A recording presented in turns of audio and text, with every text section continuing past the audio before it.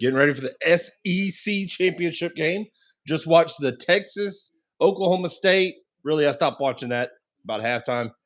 The Big 12 championship game. Texas with an easy victory over Oklahoma State. And it's going to be interesting the rest of these games today. Florida State, they were ranked number 4 coming into this week. Texas ranked number 7. So with their big win, they could squeak in. You know, with Georgia, Alabama still to play, Florida State, Michigan, Iowa. I don't think really nobody thinks Iowa's going to win, but it'll be interesting. Definitely interesting. See if I can get all this going right now. Of course, it said 3 o'clock. Doubt it will start at 3 o'clock.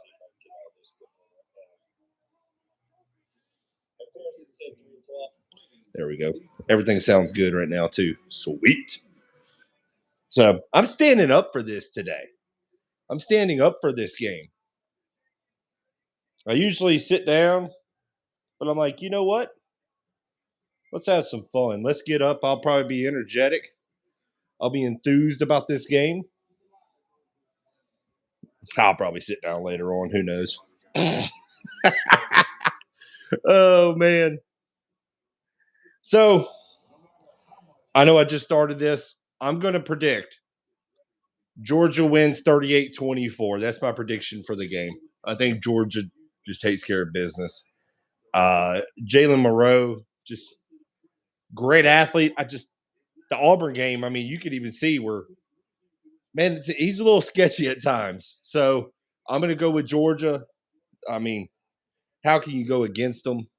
I mean, what they've done over the past couple of years, back-to-back national champions. They haven't lost a game in like freaking 3 years. So I'm going to go with Georgia. 38-24. That's my prediction. I think they'll score 38. I really do. And I know Georgia doesn't get off to a fast start. I think they get off to a fast start in this game as well. I think they do. All right. Looks like they're doing their pregame stuff right now. I'm ready for the game to begin. Got 7 people in here. I appreciate everyone watching. Oh, if you want someone that's going to just be so enthusiastic about this game, calling it, I'm your guy. I put pressure on myself, but I like it. But this is going to be a fun game, man. This is going to be fun.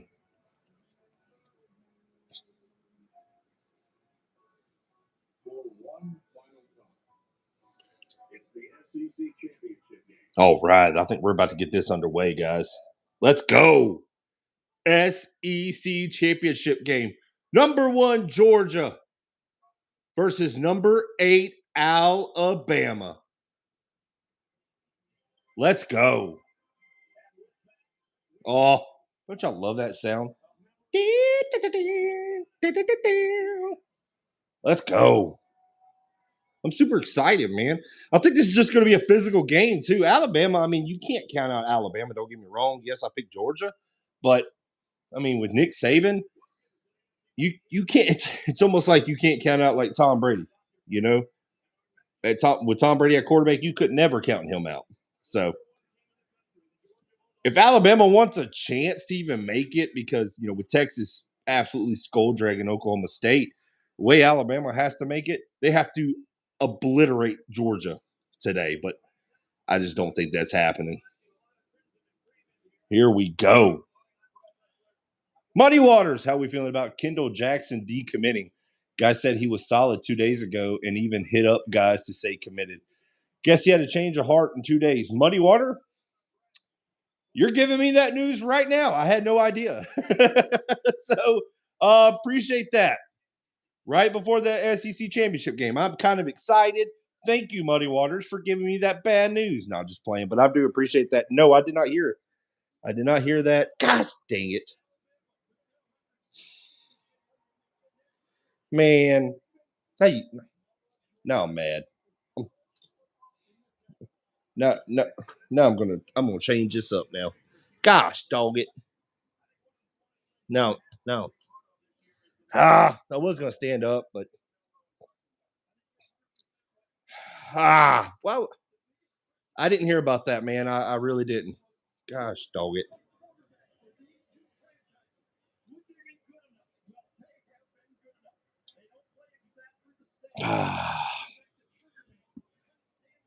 Let me see. Everything looks good. Appreciate everyone. It just happened. Why would you do this to me?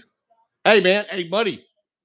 If you're not busy or something, I got the call in. If you want to hit it, it's pinned in the comment section. If you want to talk, dude, during the game, anybody wants to talk, it's a call in. You can talk Alabama, Georgia. We can talk Florida Gator stuff. I'm cool with it, man. I'm here for 4 hours of this game. So I'm good to talk. But that sucks. That really does suck. Let me put back on my Twitter. As soon as I get off Twitter or something, dude. As soon as I get off Twitter, because I was just on it. Because I've been trying to keep up with everything. Because to me, I've been looking Trevor Etienne. I'm like, man, is Trevor Etienne really going to going to leave? Yep. Jackson decommits 26 minutes or 30 minutes ago.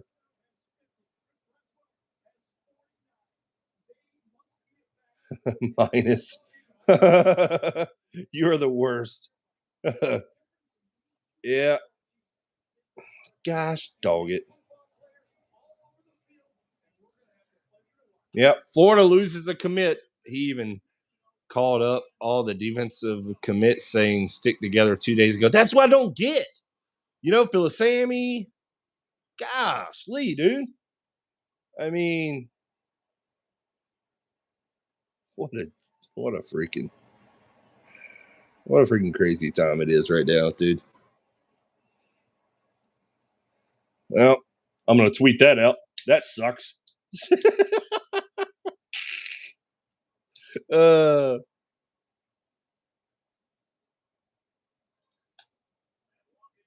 well. Here comes the Alabama Crimson Tide. Oh, here we go. Let's go. Muddy, where you at?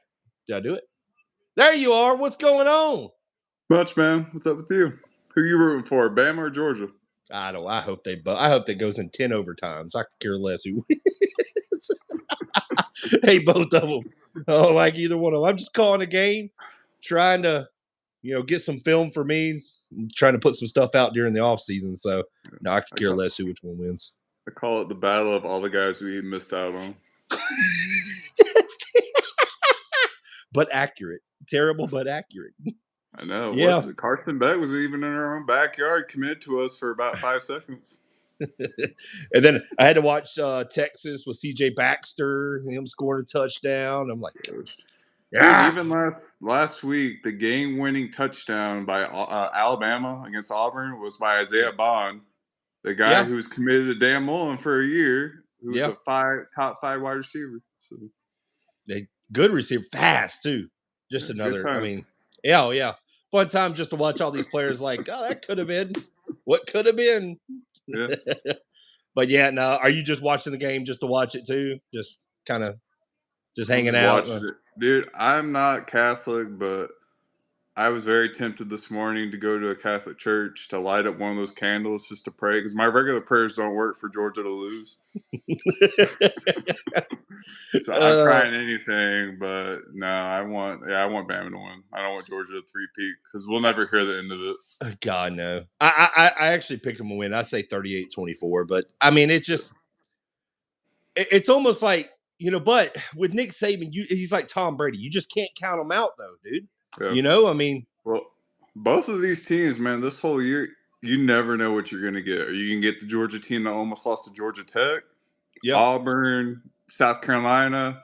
You can get the Bama team that almost lost to freaking South Florida, Arkansas, or what team. So, yeah, I mean, you really don't, so you got to think last week, Alabama went to the wire with Auburn.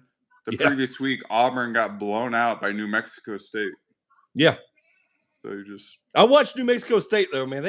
I know they were playing nobody, but they got an offense. They don't have much of a defense. So I don't know how Auburn didn't score. But, I saw them play last night. I think, Liberty won. Liberty finished 13-0. Yeah. I think they're talking about New Year's Six Bowl for them, right? what they were saying? I don't see it happening though because they're ranked number 20 right now. Got you. But do you think Texas can still get in? Do you think it's an outside shot? You think they will get in? I haven't looked it up today. Is it confirmed? Is the third string quarterback the true freshman starting for Florida State? It's not confirmed. It's a game time decision. You won't know until probably almost at the end of this game because Florida State, they play at 7 Central, 8 Eastern. So, no. What's up, Ashton? I have Louisville winning because I don't think a true freshman is going to beat that Louisville team. I don't either. And I thought Brock Glenn was like this big 5-star player. He was only like a 3-star recruit. They were talking about how, he could run. He's mobile. They say he's more mobile than Tate Rodemaker, but they don't think he can do a lot more. if you had to make a highlight reel of Tate Rodemaker, it'd be pretty much the spit play, the hit from Jaden Hill. I mean, he did nothing to win that game. I mean, his highlight was handing the ball out to the running back and watching our whole defense collapse. Yeah, the running back hit the trifecta against us. I mean, all Florida State's quarterbacks, all they have to do is practice. All right, the steps to hand the ball off. So, yeah, that's why I was like Trey Benson. That's fitting for his name to be Trey 3. I was like, yeah, but I mean, it's supposed to be nasty. It's supposed to be a nasty, wet, weather kind of time. I mean, it's been raining for the past 24 hours where I'm at. So, it's supposed to be like really nasty up North Carolina is where it's at, right? Yeah. So I think it's supposed to be like nasty weather. So they're going to have to lean on the run game. And if I'm Louisville, man, I'm stacking the box. I'm going man across the board. I get it's Keon Coleman, all them. I'm taking my shot if it's a third string quarterback. I'm like, I'm going to make you try to make a throw. Yeah, true. I'm not going to get beat by Benson. Well, let me ask you this, because here's a big what if. What if Florida State wins today? They don't go to the playoffs, and then they win their bowl game. Will they pull a UCF and make up their own national championship? Or did he kick that out of bounds? He just kicked that out of bounds. Well, Alabama's going to have great field position to start the game. Hard to get hype after losing a recruit, Daniel Alexander. I know. And this guy is the one that broke the news to me. You're welcome. Well, the thing, dude, it was so the thing that's head scratching about it, the guy's from freaking Gainesville. He's literally there, like in your own yard. And it's like, and 2 days ago when everybody was, talking about like, after the firing really of Coach Chaos, he called up all the recruits. He's like, hey man, like, what are y'all doing? Like, stick strong. Like, we're all in this together. We chose Florida because we want to come to Florida. Yeah. 2 days later, I'm now decommitting from Florida. So I don't know if behind the scenes they told him, hey, we're hiring this guy, so-and-so. Oh, shoot, he's going deep. Oh, God, that's about almost picked off. That was almost picked up. He slipped when he threw that, didn't he? Yeah. Well, maybe because the only thing I can think of, maybe the new defensive line coach they hired behind the scenes or whatever is like, I don't want you. You don't fit my system. So I don't know. Listen, if a defensive lineman, the system is you get to the freaking quarterback. I don't know what system. I mean, that's the system. You get to the quarterback.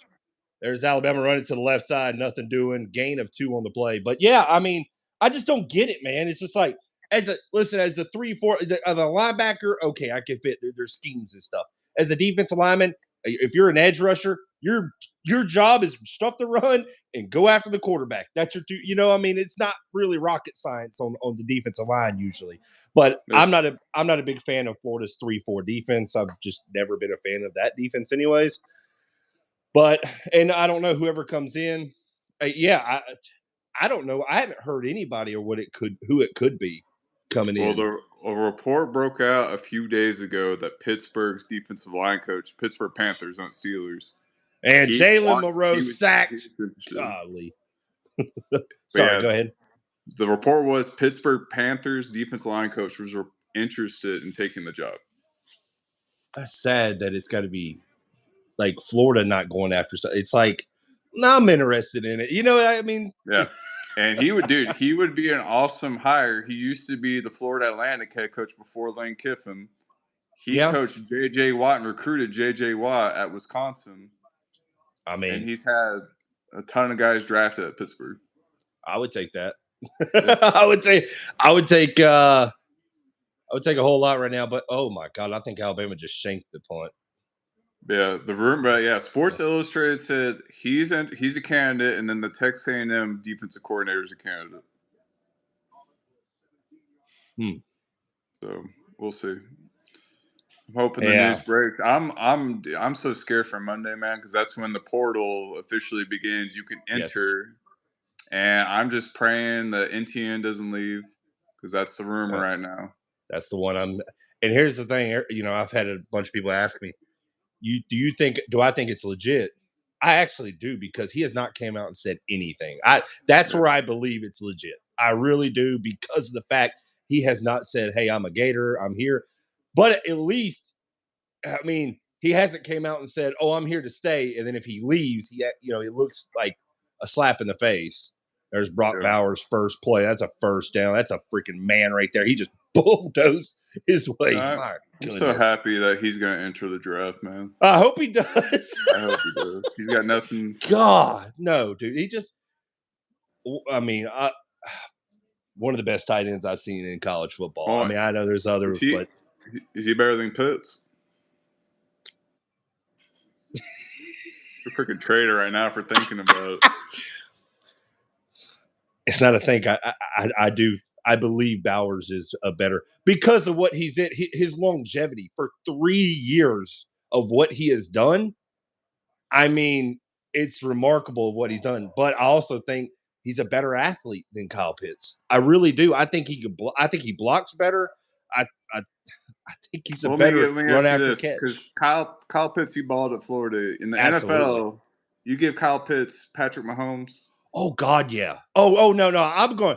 Atlanta has screwed that up. Don't get me wrong. Do I think Kyle Pitts is still? Oh God, he's still a top 5 tight end that I've ever seen in college football. That's not a knock.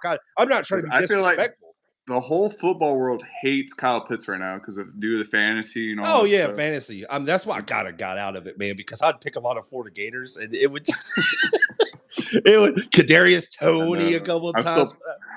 I'm paying. I picked Damian Pierce, man, and now they benched him, dude. So. They did. So I thought he got hurt. He did, and then he came back, and now the other Singletary. He's been killing it. So I saw that. I mean, I saw he was, but Damian Pierce is a different back, though. I think that Houston offense now with Stroud, it's different. It's like this gun and go. It's just throwing it vertical downfield. And Singletary is a pass catching back. Damian Pierce is really not a pass catching back. So I get that. Singletary was at Buffalo. I mean, he's a good back. Don't get me wrong. But you know what? If you could preserve Damian Pierce, that wouldn't be bad too. So, especially when you get into the months where it's, December, January, and then playoff time, if they can make it, shoot. Damian Pierce is a good back to have. Yeah. I'm hoping that my Jags don't have to play them again in the playoffs. Hey, man, I'm a Jags fan too, though. I'm a Jags fan. I'm a Florida all around. That game last week about gave me a heart attack. So. Oh, the doink. The doink heard around the world. Oh, my goodness. It should have never came to that, though. It should have never came to that. I knew anytime it's 4th or 3rd and short, I know Press Taylor's going to do something to screw it up like Billy Napier. He does. It'd be like, for example, from Florida this year, 3rd and 1, Billy Napier. Let's do a double reverse flea flicker pass. Do a direct, wildcat snap, and then have him pass it. Yeah. Let's see, Daniel. I remember his interview on High Top, which I enjoyed. Not sure why he left. I have no idea.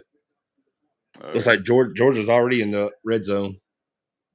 Wow. I'm telling you this, and a lot of people, they kind of talked about it a little bit. It's going to happen. Our 5-star safety, he's going to decommit. Phyllis Amy? Kendall Jackson was the one who actually called him up 2 days ago. On IG, dude, we can't leave. We have to stay together. And then he decommits. We're gonna change the program or whatever it was. I don't listen. I know how these kids are nowadays. It's a lot of smoke screen. It's a lot of smoke. It's just I think they try to play the game, and it works. There's the right side touchdown Georgia. They strike first. Damn. Wow. Kendall Milton punches it in for the Bulldogs. Wow. I think going back, a lot of these kids, they're saying this and that. I think when they put down the phones and everything, their parents talk to them and be like, hey, let's break it down. You have no idea who this new defensive line coach is. Fair enough. He wasn't recruiting you. Like, let's take it back. Think about your offers and think this through. So look at that blocking, man. Doesn't that look that was beautiful blocking right there? Great on the right side. I mean, just right off the guard, right between the guard tackle. Just a little stretch play. I mean, simple play like that is what man. If you could control the line of scrimmage like Georgia just did, you can win so many games, and you're going to be competitive in just about every game. So. Good Lord. I mean, look at this right here. Look at that hole. Boom. Right there. Just right off the right side. That was pretty. I'm a big guy, so I respect all. I haven't seen Florida block like that since the Pouncey twins was. So. Oh God, the Pouncey twins. Jesus. Last year Osiris Torrance did a really good. I mean, I really like him. I think he's actually starting for Buffalo now, ain't he? Yeah, he's been starting here. Yeah. So, I mean, he was really good. That was one of the Billy Napier's good bring overs, especially from the transfer portal when they brought him from Louisiana. But, I'm sitting here thinking if Montrell Johnson stays, which I don't see why he wouldn't, I think ETN goes. That's what I think. I think ETN, I think the only way you can convince him to stay is you have to double his NIL money. Maybe that prompts him the starting spot. Because I will say this, that NTN really sucks at, and it got Mertz hurt, nailed a lot. He can't pass protect. No, he can't. Really good at it. He's a bigger back. He's a bigger power back. That's what I like about Montrell Johnson. It's like, I want ETN to start. Because you give him the ball, especially pass catching. Man, dude, he can do so much. But short yard, or if it's a definite passing, you're going to pass, you can still do a draw or whatever you want to do with Montrell. But you're going to have to do an obvious passing situation. Bring in Montrell. Nothing wrong with that. I love Montrell. The goal line, shoot, dude. Just go ahead and do power football. If you have a really good offensive line, you can do it. But, there's nothing wrong with that. I like Montrell because he's a change of pace running back for ETN. He's a complimentary back, but, it is what it is. The thing that's really, I've been thinking about it was, remember all year, NTN's brother, Travis. Yep. We know. Yeah. He's been tweeting all week, every single week. He's like, what are Florida coaches doing? Guys. Oh, he said, get him out of Florida. Yeah, he even said one time, transfer to Dion to Colorado. Yeah. What's up, Ari Gold? Yeah. I think, I'm not going to say it's Clemson, but if Trevor Etienne goes, I think it's Georgia. I don't know why. I think it's Georgia. I think LSU. That's could Louisiana. He's from Louisiana. And what if what's his name? Jaden Daniels, if he comes back, because that stupid COVID year for 6-year eligibility. 7th year, some of these guys. Oh, what's his name? Cam Rising's case, 10th year. 10th year, dude. Yeah. But yeah, dude. It's crazy right now with the NIL, the COVID year, a lot of this stuff, dude. It's absolutely insane. But I was thinking whenever all that happened, I was like, man, I think Florida could really it could benefit them. I actually think it's hurt them. I really do. I wish they would just make a rule saying, you know what, if you do transfer the stupid free agency, you can't stay in the conference. You gotta leave. I thought they did that at one time. I thought that you couldn't transfer between, in conference. It used to be that. Then they changed the rule. Now the rule is if you transfer before spring, you can play. But if you transfer into the portal after spring, you can't play. So, left side, Alabama 6. Man, Alabama better do something right here offensively. This ain't gonna be much of a game if they don't. Do something. I hate whenever Kirby's dialed in, man. It's over. Hey, man, we've heard those halftime speeches against Florida, right?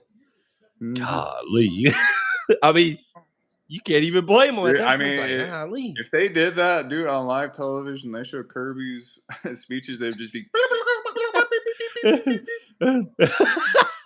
Look, Milrose staying in the pocket. He's got all the time to throw. Finds his man, but it's going to be incomplete. broken up. Jalen Milroe, he reminds me of Anthony Richardson, man. He does. Not big, strong, physical, strong, athletic freak, but he's so inconsistent. Inconsistent throwing. He could throw this beautiful 50-yard bomb on the dime, and then he can't even throw a 2-yard pass. Or he goes like 5 yards past the line of scrimmage, still trying to throw the ball. It's like, oh my God. Let's see, 3rd and 4. Let's see what they do here. Man, empty set. Man in motion. There's the snap. Milroe looks to his left, throws it deep. It's going to be incomplete. Oh, God. There it is. There's what we're talking. That was another 3 and out, 2 straight 3 and outs. He was going to Burton, and it wasn't even in the same area code. Oh, my God.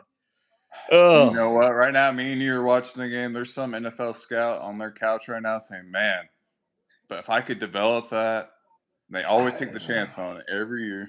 They will. I mean, and I hope it all works out for AR, man. But when he got drafted that high, I'm like, man, I was shocked. I kept hearing that he possibly could have went first, and I'm like, oh my God, you don't take a project first. This sums up AR's career. Last year, Vanderbilt's head coach came out and said the game plan was we wanted to make Anthony Richardson pass the football. Yeah. And when they left wide open wide receivers every play, he just couldn't. He couldn't hit them. I mean, that was the game. I mean, that's the same game plan Georgia's doing right now. They're keeping Milroe in the pocket. Let him sit back there. Let him sit back there for days. That's fine. We're going to cover your guys. We don't have to be right up on them. We'll give you a little bit of a cushion, and then we'll just, like they did on that play. The receiver caught it. They were right on them, broke it up. So, all right. Well, let's play this. Say Georgia wins.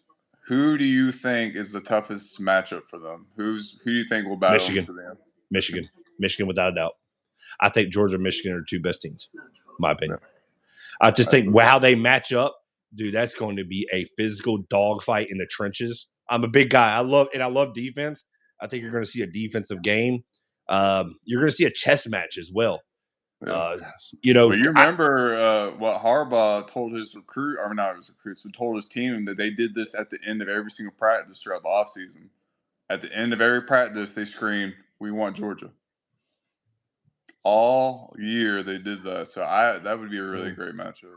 I think as long as Michigan wins today against Iowa, I think they're like 20-something points. Iowa just can't score. They just can't score. So that's if Michigan, they don't choke in the playoff like they did last year against TCU. You ain't lying. Well, we all heard why TCU won that game, though. Yeah, they changed sense. The signs up. It makes sense, right? It makes total sense. Like, to me, I was like, dude, Michigan was like a better team. Like, you could tell, like, player by player. There was a video blowing up. There was a whole thing of Michigan fans at the Florida-Arkansas game. Everybody's like, are they really spying for the Florida game for the future matchup? It's like, no way. Like, you're definitely ahead of your time if you're scouting us right now, or Arkansas. I think we play them in like 4 more years. By the way, speaking of that, I hate Scott Strickland with a passion with his stupid scheduling. I think we can all agree with that, right? I think the schedule came out the other day for next year, like the full setup. It's horrible. Just death row for Billy. It is, dude. It really is. It is a horrible. And he knew it too, because this was the 3rd year. I wonder if those conversations came up, because everyone knows, college football head coach, your 3rd year is the prove it year. Mm-hmm. Absolutely. And it's just like coach, player, everybody knows that. It's like NFL, that 3rd year, like with a quarterback or something. Like, I really wonder if he told Billy, hey, your 3rd year, by the way, the brutal SEC gauntlet you had to go through, non-conference wise, I signed you up for Florida State, UCF, and Miami. Mm-hmm. Yeah, I mean, it's just. But he's like, don't worry, though. You get a breather in the Sanford game. And that's a few years ago, they put 50 points up against us in the swamp. So dude, I really thought Sanford was going to win that game, too. They couldn't stop them. They couldn't stop them. They couldn't stop that. Was it Parker Washington? Whatever. I think no, that ain't the guy. No. Oh, gosh. Who is it? He played for Denver. He played for the Denver Broncos, or he did at one time. I try to put that game out of my memory, man. That was the Georgia State game. So.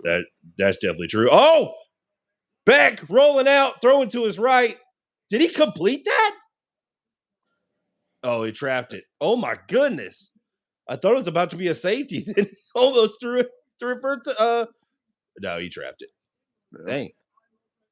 Oh, yeah. So who do you think is going to get that 4th spot, though? Do you think Florida State if they win, or do you think they're going to give it to Texas? If Florida State wins, they're in. They have to give it to them. There's no ifs, ands, and buts. You already have them at 4. You have to, even if they win by 1, you're going to have to. And I hate saying that because I can't stand Florida State. It's so hard because I know the committee is going to bring up this Louisville team lost to freaking 6-5 Kentucky last week. Yep, they did. But if Florida State loses, they're definitely. I mean, there's just no ifs, ands, and buts. Back over the middle and going to Bowers, incomplete. Going to bring up 4th down. Now Georgia has to punt. Malachi Moore almost had a pick. I thought he did. But yeah, I think the top 4, if I had to guess, I mean, right now it's going to be Georgia, Michigan, Washington. I expect Florida State to lose, and I think Texas is going to get that 4th spot. Yep. That's me. That's what I think. And if Alabama wins, that'll throw everything out of whack. But it'll be interesting. I would love it. Alabama's coming for the block, and they almost get there. And it takes a Georgia punt out of bounds. I think after watching today, man, Texas is that sneaky team. They are, dude. They got a good quarterback. I already know if they win, Matthew McConaughey is going to star Steve Sarkisian in the movie that they're going to make. Oh, God. I tell you what, though, I like Quinn Ewers. I've been a fan of his, especially like this year. I felt like he's actually grown, like he's matured. It said that he might come back another year. I don't know. But he should because of the quarterbacks that are coming out. Drake May, Caleb Williams. I mean, you could say Rattler. But I don't see why he wouldn't because next year's class, I don't even know who you would have, really. Cam Rising. If they're going to take next year, depending on Jaden Daniels' situation, Graham Mertz might be the best QB in the SEC next year coming back. You think so? Who else is there? Jackson Dart from Ole Miss? No, God, no. I mean, and then Bama. I mean, I guess it'll be between Mertz and I'm not really sold. We just talked about him, but Bama's quarterback, Milroe. I don't see why he wouldn't come back. And then Carson. Oh yeah, for Carson Beck, he might come back, but I don't see why he wouldn't. I don't think there's much. I think he's better than. What's up, Crazy Anime Gamer? $2 donation. Thank you, man. All right. All I know is, dude, next year though, Mertz, he throws one bad pass. I already feel bad for him because I know the whole stadium is going to start chanting Lagway. 100% it will. It's going to be like the Chris Leak, Tim Tebow era. Let's see. And Crazy Anime Gamer said an Alabama win would create absolute chaos, and I would love it. I would love it. Malik Murphy. Well, I guess because Texas and Oklahoma are coming in, so I guess you could say Dylan Gabriel because he can come back, right? I don't know. He's been in college forever, and they don't UCF anymore. So. I never know anymore. It's like Jesus. I think it's 2026. They're finally done with the COVID crap. It's been 6 years. So you're right. It's time to move on. So we still got 2 years. Let's see. So Daniel Alexander said Malik Murphy. Wonder if he hits the portal though. If Ewers is back, there was talk about Malik Murphy. Was it last year? It could have came in. Florida would have targeted him, but he stayed. I wonder if Manning comes back. That one's Milroe right side, full head of steam, lowers the shoulder, gain a 9 on the play. I think that for Alabama's sake, that's what they're going to have to do. They're going to have to use his legs. Yeah. I'm shocked that Bama, they don't ever – Florida rarely did it too with AR. It's like use the spread, use the option, do the Oregon crap, whatever you do. The weird triple option spread offense. It bothered me, man. I was like, dude, his biggest asset you're not using. I was like, it's not his arm. I was like, it's not his arm. It's his legs. 2nd and 1, runs up the middle, first down. Man, to me, see, that's what always bothered me. And I know Alabama, Nick Saban and they'll do it eventually. But a 2nd and 1, I don't know how many times I saw Florida 2nd and 1. They just try to get the first down. Dude, it's prime real estate right here. You're on their side. Take a shot right there. I would have loved for them to take a shot. You know? Yeah. Did you watch the Oregon-Washington game last night? I did. Good game. Very good game. Literally the whole game, my wife kept getting annoyed with me because I just kept saying, I want the offensive coordinator from Washington. Everyone does, but the perfect offense. It would be the perfect offense for Florida with all the speed that we have for the wide receiver unit. But here's the thing: he ain't leaving one school as an OC and going to another school as an OC. That dude's he's wanting a head coaching job. You know that. I mean, 2 years. I mean, Washington, what they've done. I mean, they were 4-8 2 years ago, and now they're in the CFP. Milroe back. Nobody there. No rush. Scanning, looking, pointing. Now a rush. He escapes, going left. Looks like there's green grass in front, and he's got enough for a first down. All that running. He probably ran about 50 yards, got 3. But let's see. Milroe has a good deep ball. He can. It's just depends on which guy it goes to half the time. Yeah. Let's see. Because of the Tebow era, you have quarterback is automatically screwed as soon as they commit. Isn't that crazy? But I mean, I think I don't know about that. I don't know. Yeah, I'm about to say. I mean, now I still think that's another big what if we've talked about a few times. But what about Will Grier? Oh my God, Milroe right side. Yeah. Stiff arms his way, gain of 7. Oh, like God. Will Grier, Kyle Trask for 2 years. No one even talked about the QB position. Dude, no.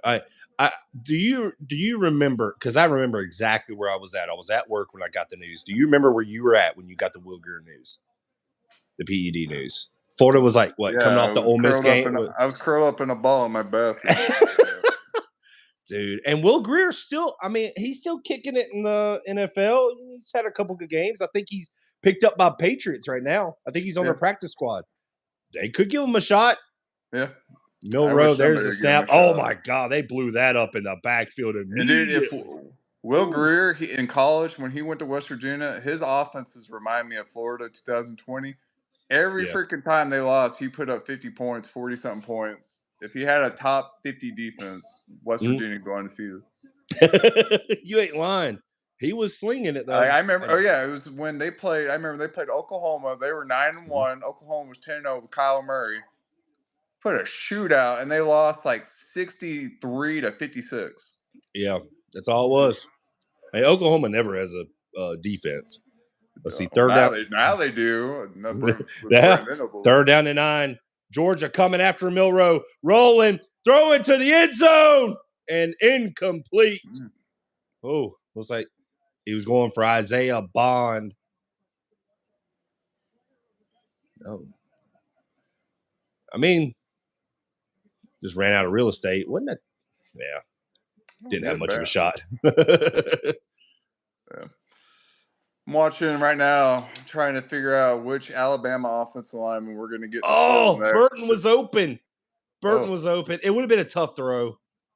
It would have been he would have had to go across his body, but I don't know. I think Milroe has that arm. Yeah. I keep hearing Jeff Scott for OC. There's the kick. End over end, and it squeaks in the right upright. Alabama on the board, but Georgia still leads 7-3. So, if you had to pick, who do you want as offensive coordinator? Do you want Jeff Scott?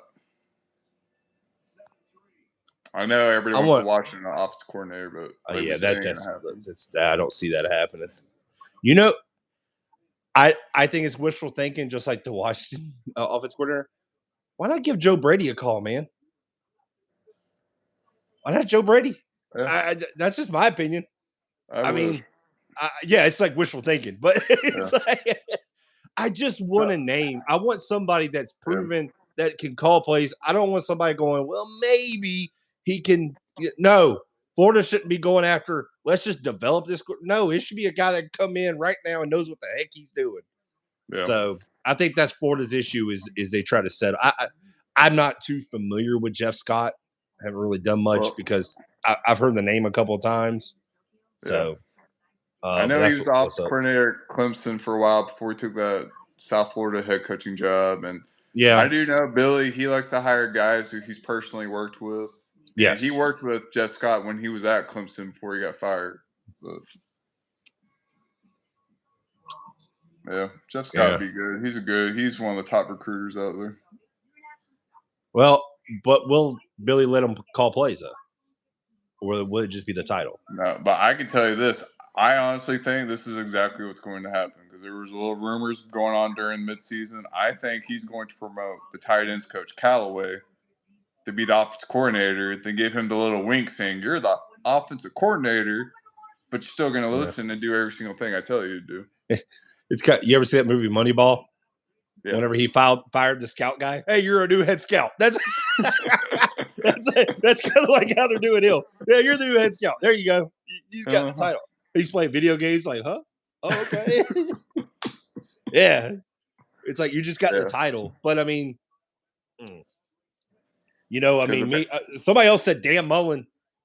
I mean, I think it's way too soon. I get Arkansas just did it, but I think that'd be a great conversation. Like, hey, coach, I think Dan Mullen made more than Napier. You'd be like, we're still paying you.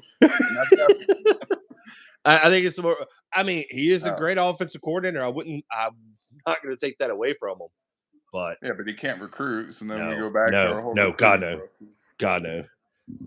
I mean, hey, Kirby Smart even roasted him after he beat us. He's like, yeah, even he like roasted him saying like Dan doesn't like to recruit. Oh God, that's why Kirby would never hire Dan Mullen.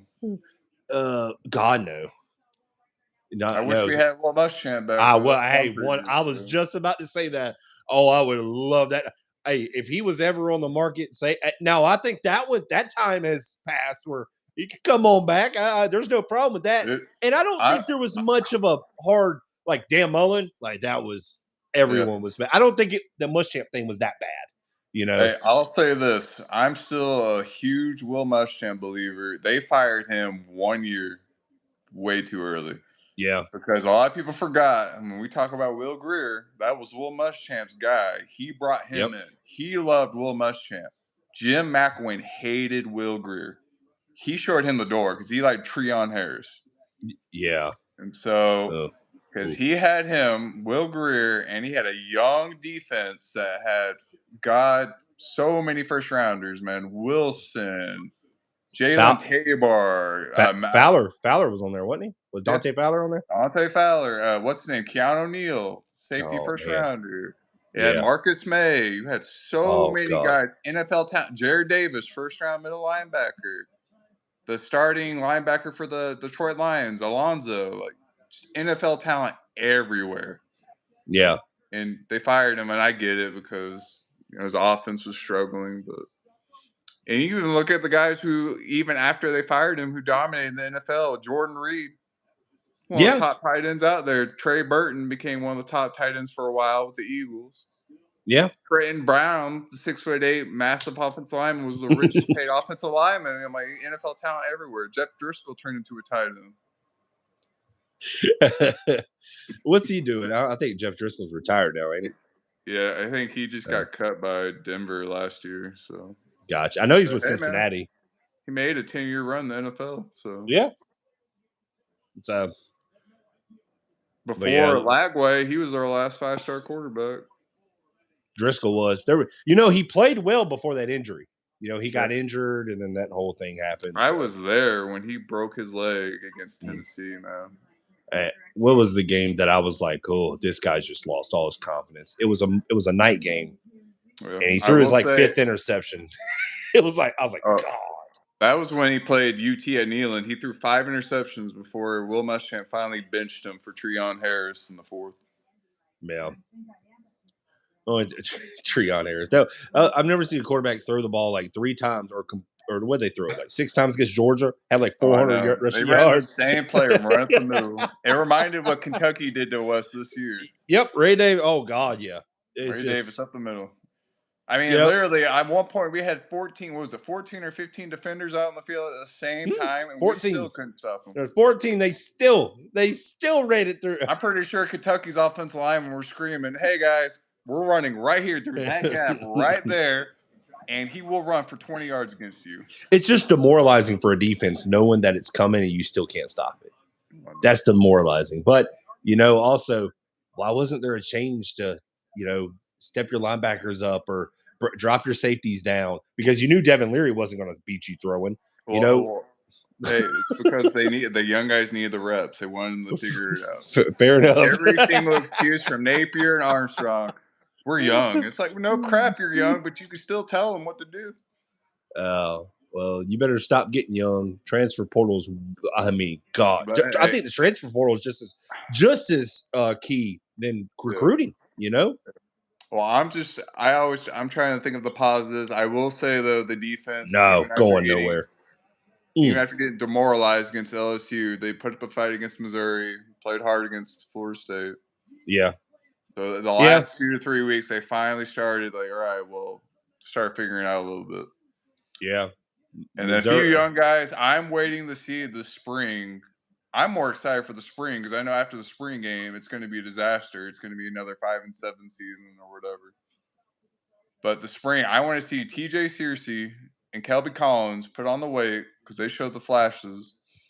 And then I want to see DJ Lagway and see, is he the real deal? I want I don't want no vanilla play calling spring game like they did last year and Austin Armstrong sacked freaking Mert 20 times. Well, I mean, Lagway is a guy that you could push the ball downfield. And, he's just different than Mertz. They might sell out the swamp, dude, the spring game, just to go watch DJ Lagway play. And you imagine what they're going to do if he throws it deep and hits Aiden Mazzell, Andy Jean, any of those guys. You think Andy Jean stays? I do, man. I don't know. I heard rumors he was hurt all year, and that affected his playing time.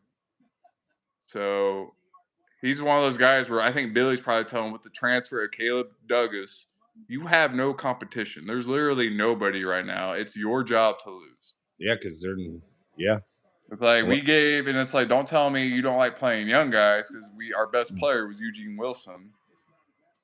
And so luckily the world would go. I mean, Billy Napier would get fired tomorrow if he transferred. But no, I have hope. I hope Andy Jean comes back. Aiden Mazzell, I'd be shocked. He's the one that I'd be worried about because he didn't get like any playing time. No, I don't think I haven't heard anything. No. Ball up the middle. And Alabama's running the ball 2 straight times. Decent runs.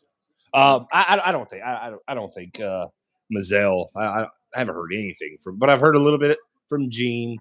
But I think Gene's just I think he's just a great talent like Eugene Wilson. Mm-hmm.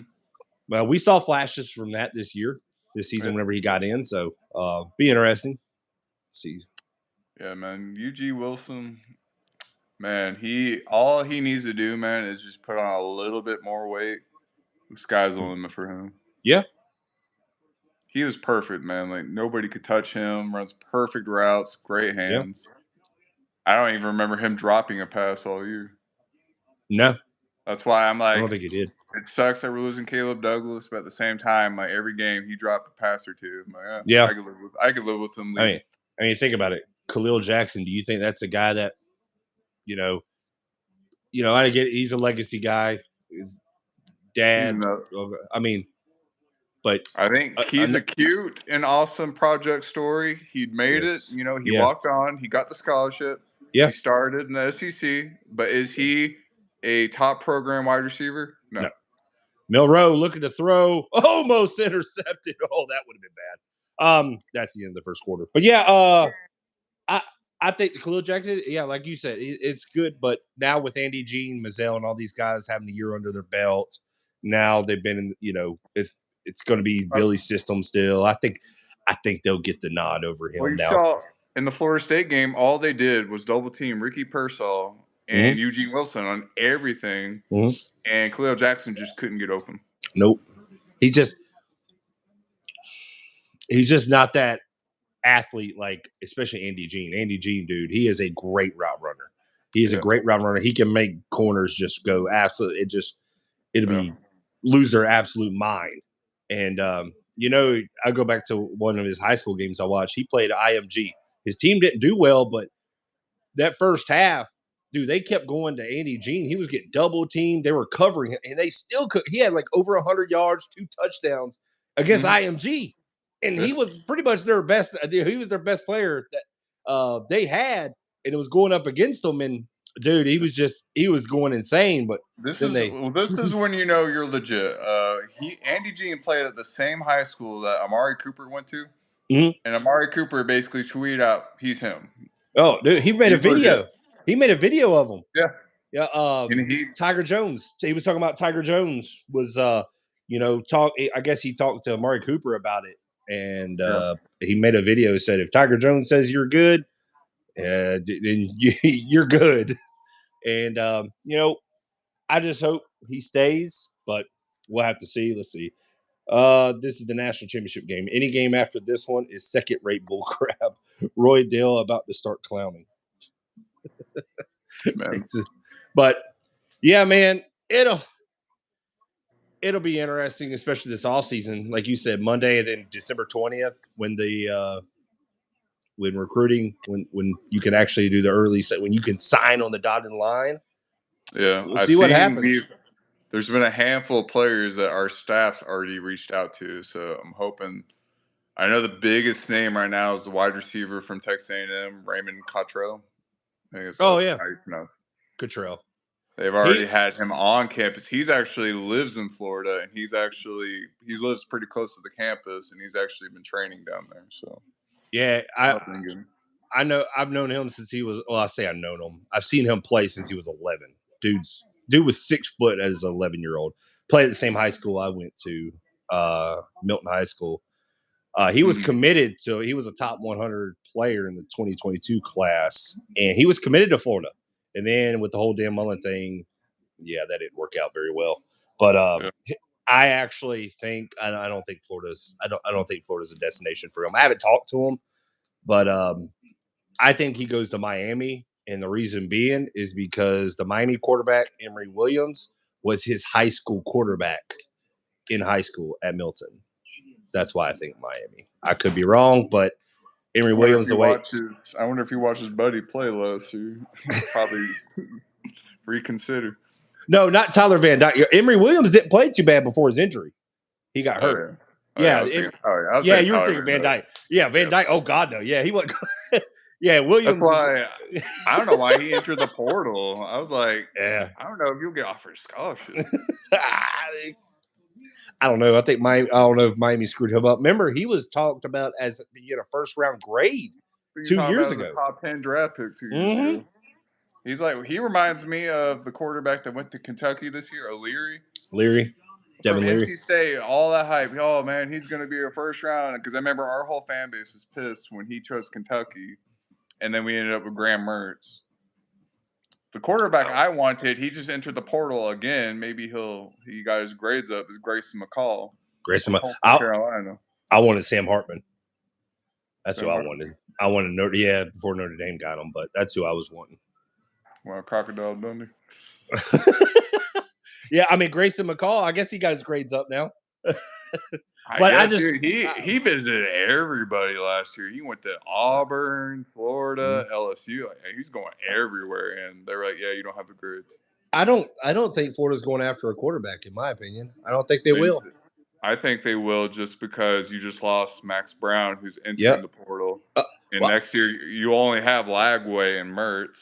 Yeah, well, they still got Parker Lease, and then who's the other one? Milroe looking in the pocket, throwing over the middle. Got his man. Oh, makes a move. 50-45 out of bounds. Looks like possibly a face mask at the end of it. Prentice, that's going to be an added 15. Oh, now Alabama's going to have the ball deep in Georgia territory. This game, I think it's going to be interesting as soon as halftime. Because I think Kirby and Saban, they're the best ever at making halftime adjustments. Oh, yeah. So that ball's going to be at the 30 because that's 15 added to it. Because he got knocked down at the 45. Yeah, that was Jonathan Bullard.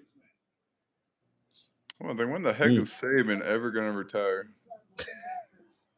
Some guys just love this way too much. It's second nature to him, man. I don't know if he's like, what's his name, Joe Paterno, or Joe Pa, where he's trying to be the all-time winner. Or Mac Brown.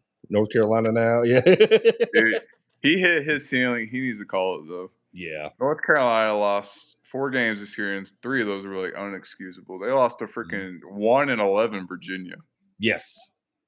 And you have Drake May, who's a first round top. Was he the second quarterback rated now? Yeah, they wasted him. Yeah. I remember he was another quarterback. He was talking about entering the transfer portal last year too, and he's like, "No, man, I think we got a chance to win the title in North Carolina." Yeah, that didn't work out very well. I thought they had a chance after they beat South Carolina this year, but no. Nope. Let's see, Daniel, is there any idea who our new D-back coach will be? I haven't heard anything. Have you? The only guy I've heard of is Alabama's Alabama's cornerback coach. That's who Billy wanted. 2 years ago, when Billy got the job, he was working for the Minnesota Vikings, and the reports were he was going to be the guy. Really? And all of a sudden, Bama came out and offered him more, and then he chose Bama. This is probably the worst quarterback sneak I've ever seen. He didn't even get nowhere. Yeah, you didn't watch plenty of our games this year. Oh, that looked like, I don't know what that was. Dude, I'm not kidding you. You literally can make all the highlights of this past year for Florida and make it for college football of what not to do in a football game. You ain't lying. Like, it started in the Utah game saying, okay, first thing, do not have 2 players wearing the same jersey number out in the field at the same time. There's the snap. Running back. Oh, got it. First down. Yeah. Was it not how to tackle?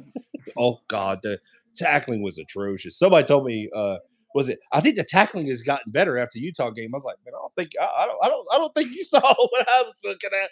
I was like, I don't think much really got better, to be honest with you. I said, Utah was using a third-string quarterback. An explanation of how our tackling was. Who was it? I can't remember his name right now. Who's the safety? Mitchell?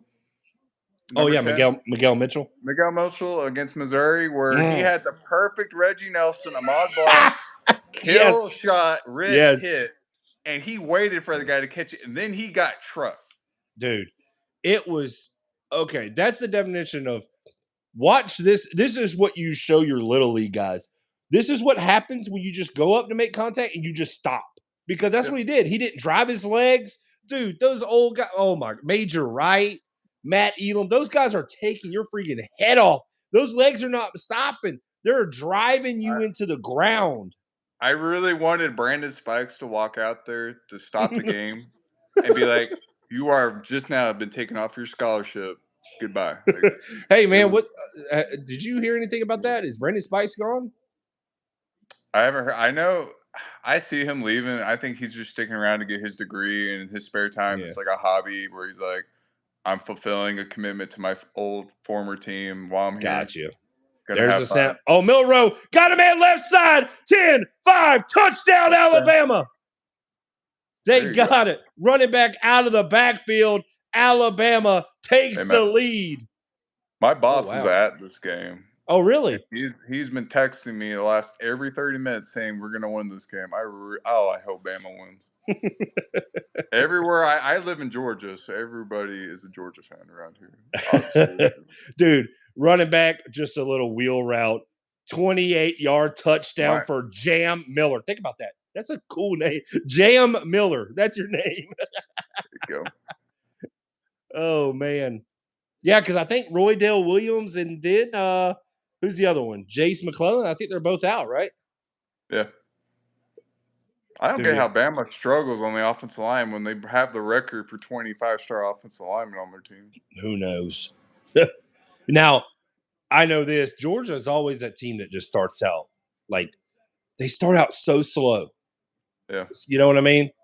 And in the second half, but Alabama, see, they got Nick Saban. I don't know.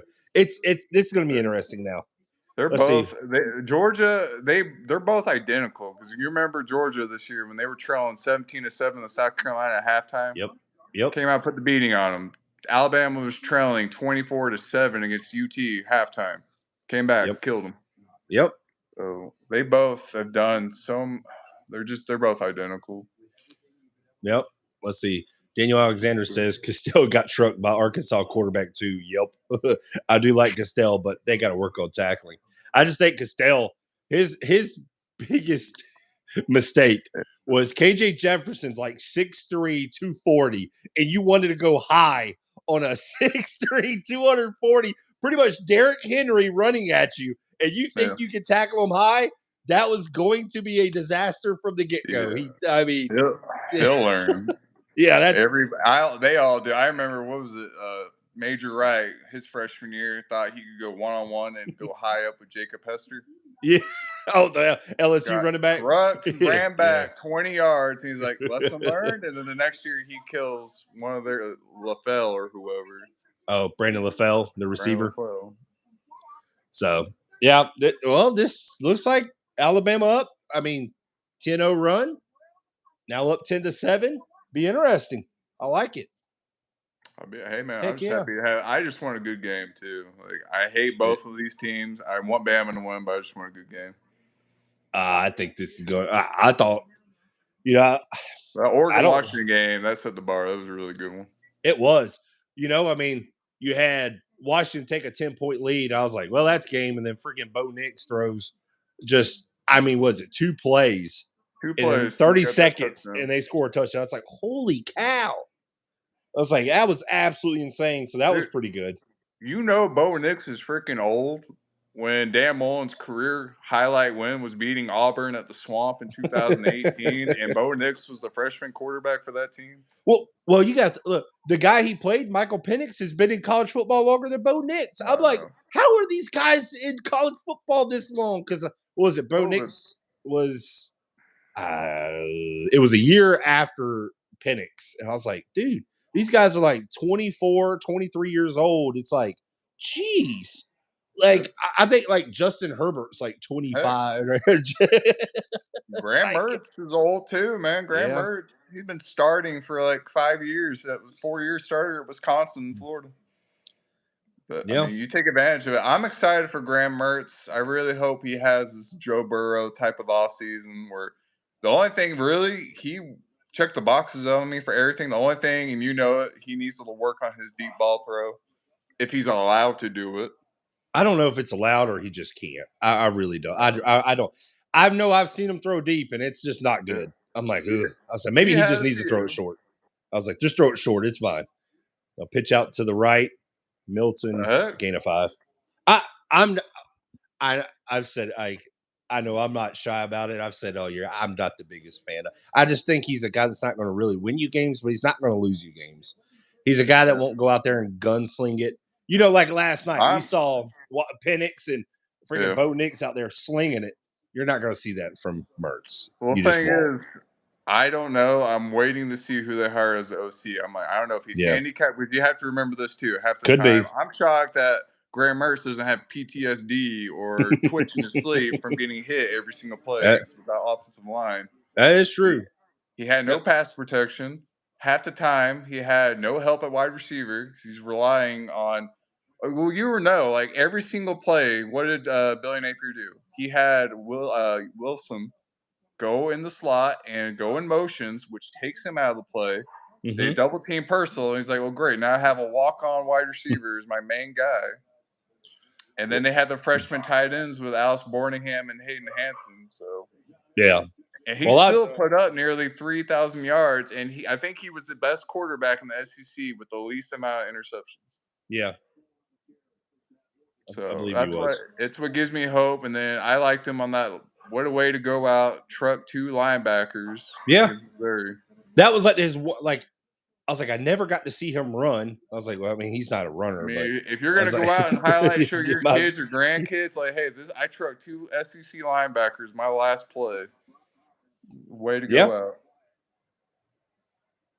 I mean, I really loved him, dude, against Tennessee early on when he kept hitting all those 3rd down passes. And then even during the South Carolina game, I was like, looking over the middle, got his man, eludes defenders. Hey, they make it a tackle. Georgia now in Alabama territory. Yeah, I mean, there was times where I was like, dang, Mertz. I was like, these are good throws right here. I was like, good throw here. Now, the Missouri game at the beginning, like especially that first half, I knew it. I knew there was an I said it. It was like announcer jinx. I was like, dude, he's getting too inconsistent right now. I was like, he's about to throw a pick, and it's like 2 plays later he threw one. I was like, I could just see it. It was like the game was too fast or something was going on. And then in the second half, he was starting to play better. I was like, okay. And then he got hurt. But, the thing about Mertz, he'll come back. I think there's things he needs to fix. He needs to work on his deep ball if he's allowed to. I think he needs to fix his play action way he does his fakes. They are one of the worst I've seen. I was like, it doesn't fake anybody, man. Yeah, his pump fakes too. His pump fakes don't fake anybody. Yeah. Well, here's the other crazy part. Like, we're giving them Florida went 5-7, obviously. Yeah. What if Smack hits that field goal against Arkansas? 6-6. What if Florida had common sense and knew how to defend a 4th and 17? It's like you're talking about a guy who could have been 7-5, 8-4. Yeah. Possibly with the Florida State game, because I think defensively did enough to get the job done. Yes. Yeah. I think play calling kind of some questionable play calling. I mean, even against Utah, I forget the final score. I think we scored 11 freaking points. 24 to 11. Of all the freaking coaching errors that they had, that loss was on Billy Napier, but yeah, it could have been. I mean, I look back. There's some games that there's Beck looking to his left, throwing deep, end zone, incomplete. Arnold in coverage going to Smith. But the game, I look at like South Carolina could have been an easy L for Florida. It could have been a worse if they didn't have that comeback 4th and 10. Arliss Birmingham had to make a man miss. It's like, oh my gosh. But really 5-7.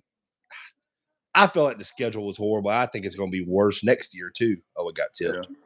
Well, I forget who we play first. Is it Miami or UCF? Miami. Last time I looked, it was Miami. Miami, Samford, and then UCF. Miami scares me. Well, I mean, everybody scares me, but they ended the year off strong. I know they lost a few games, but they have a ton of young guys. They have 2 5-star freshman offensive tackles that started that should have been Gators. Maui Goa, yep. Francis, and then I can't remember his name, but the guy who's from New Jersey, who's a 5-star that chose them over us. I can't think off the top of my head, but yeah, I mean, Miami, that'll be an interesting way. I mean, but if Florida could start off well, I say that they started off better than I thought. They started off 5-2 this year. I said it would be 4-3 about that way, but then it just completely. Dude, we should have knew Armstrong's defense was going to be a disaster when the first play of the game was a 75-yard touchdown pass against a third-string quarterback. Dude, I remember I was so mad. I don't know if you were watching or if you even saw the clip. I was on here live. Your face was. Oh, dude, I was so mad. I was red. Like, I was so irritated. I was like, you got to be kidding me. Like, are you freaking kidding me? This just seriously happened? Like, first play. You know what the funny part was? That 75-yard touchdown pass was against the transfer from Michigan, R.J. Moten. Yep. That was a moment. Napier's like, all right, Castle, get out there. You're done. Oh, man.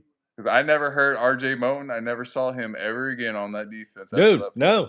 I mean, he was that Michigan guy that was supposed to. Yeah, after the first game, I don't think I ever saw him again. But Michigan, he was special teams. I think he played a little bit on their defense, but Michigan. He started for Michigan all last year. That's what. Oh, he did. Yeah. Okay. He had a few interceptions. That's why I was just shocked, like how bad he was. But I think Billy Napier knew at that moment. He's like, the defense is trash. I'm gonna have a gauntlet schedule because, dude, it got to the point where I remember I was watching the Georgia game, and I was talking to a few of my friends. We had 4 defensive backs out there at one point that were all freshmen. All of them. You had Thornton, Castile, Jackson, Jakeem, Kajim, and just I don't know. And I'm hoping next year too, Devin Moore stays healthy. Heck, and then I saw, against Florida State, I saw Sharif Denson in the play as a big time minutes, true freshman. So there's Florida's got some young guys, but we'll have to see. Here we go, 3rd and 12 for Georgia. Beck dropped for a sack. Georgia's gonna have to settle for a field goal try. I tell you what, man, this game, this is gonna be interesting. Wow. Yeah. Well, I'll have to talk to you later, man. I'm about to head Yeah. out. I'm actually going to a birthday. So. Well, I was supposed to go to Christmas parade tonight, but that got canceled. It's like a drenched over here. But my wife's giving me the hook right now, saying, "Oh, hey, I understand." My wife, they went out to take pictures somewhere. She goes, "Do you want to go?" I said, "Nah, I'm good." All right, man. Hey, good talking to you, dude. Good talking to you. All right, go Gators. Go Gators, man. Yes, sir. Let's go. All right.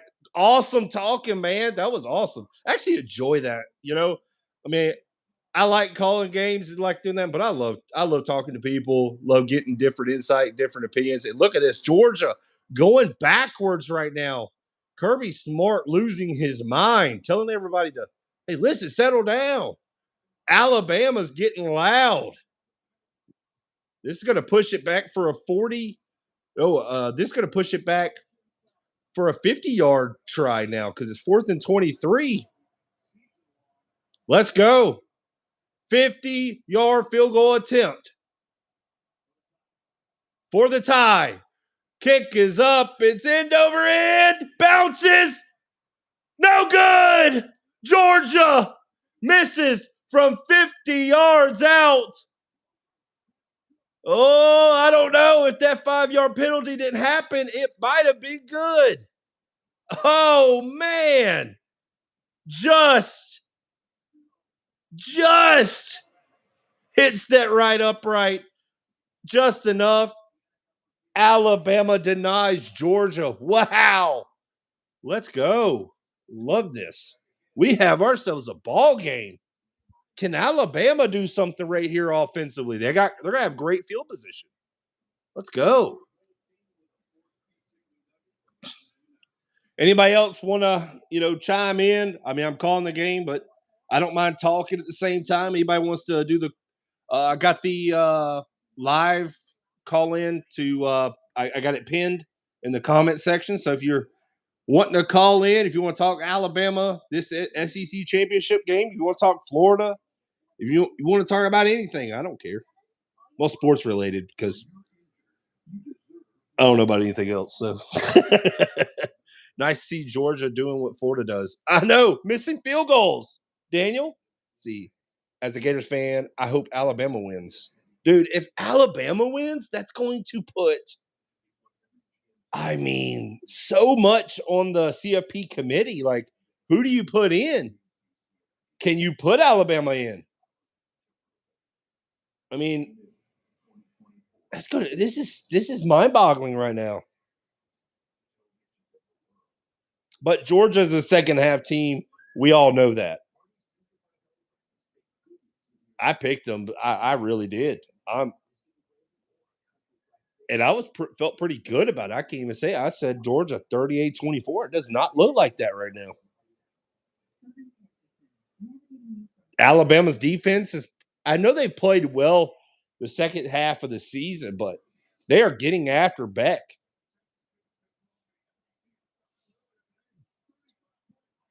Let's see. Quinn Ewers, he went absolutely berserk against Oklahoma State.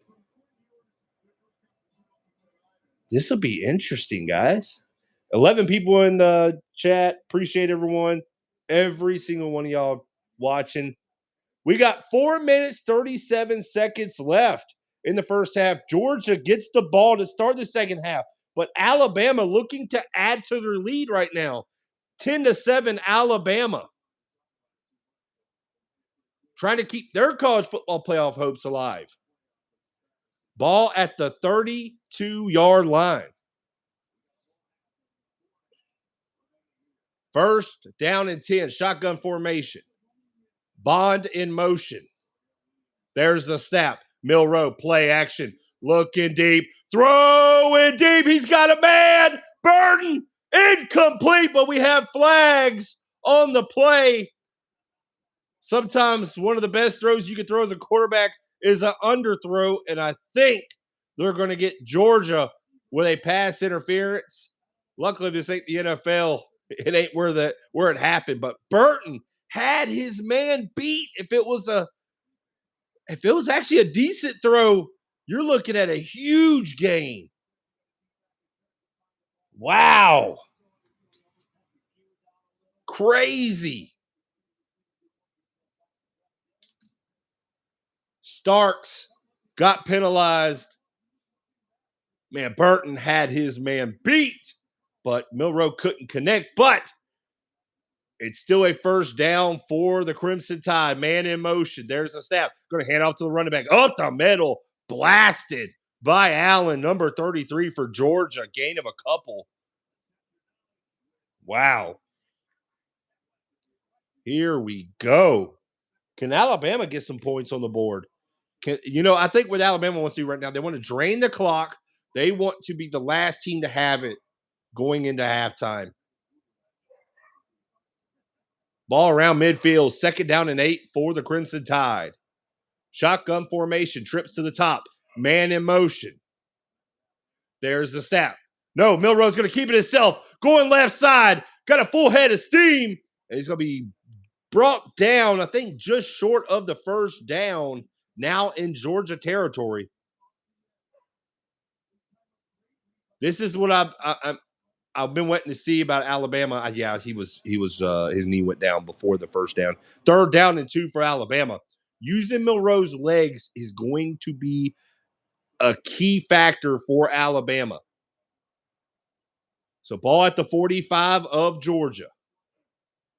Milroe checking the play at the line. Shotgun formation, twins to the top. Crowd's getting loud. There's Milroe. Hands it off to his man up the middle. And at first he was stuffed, but Miller jams his way for a first down. Oh, man. It looked like Miller was jammed at the line, but kept those legs pumping. Got low, and low man won. Miller gives the Crimson Tide a first down. Are you hyped for the Jags versus Bengals? I'm going to be there to lock down the bank. Nice, Daniel. Yes, Monday Night Football, love it. I just wish Burrow. You kind of wish Burrow. Milroe, back to pass, looking. Just a bit overthrown to his intended target. And it's going to be incomplete. There's where Milroe, really a lot of people. I mean, it's high. Was it catchable? Yeah, but man was wide open. You got to put it on his numbers right there, Milroe. But I wish Burrow could be playing, Daniel, so there's no excuses. But, yeah, I'm very excited. Milroe, 3 of 9 today. 56 yards, 1 touchdown, 21 rushing yards. I think they're going to have to keep using his legs. Ball at the 43. There's the snap. Milroe, play action. Looking, scanning. He's going to be dropped for a sack. A huge loss. The Georgia defense gets after Milroe. It's going to bring up 3rd and dang near Tennessee for Alabama.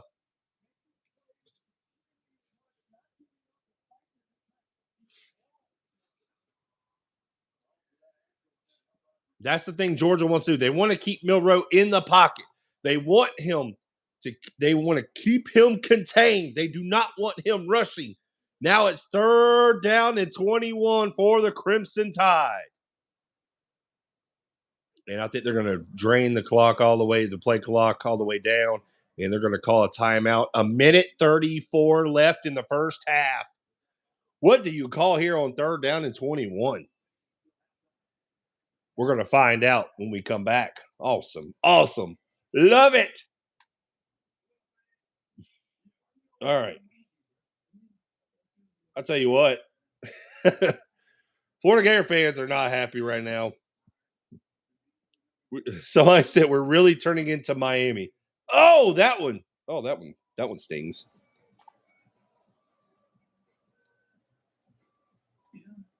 Here we go. Let's see. I like that throw. That was his best throw. Max Brown's throw. I'm looking on Twitter right now. Max Brown putting out some looks like highlights of himself. So if you haven't heard the news, Florida Gator fans, Kendall Hollywood Jackson decommitted from the Florida Gators today. It sucks, but it is what it is. Let's look up 247 because that's going to hurt the recruiting rankings. 11 people in the chat. Appreciate it. We got under 2 minutes to play in the first half of the SEC championship game, and it's been a good one. More defensively than I thought it would be, but I love defense. Love me some defense.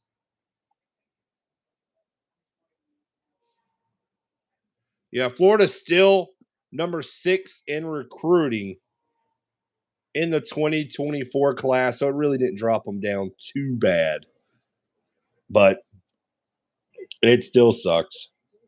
All right.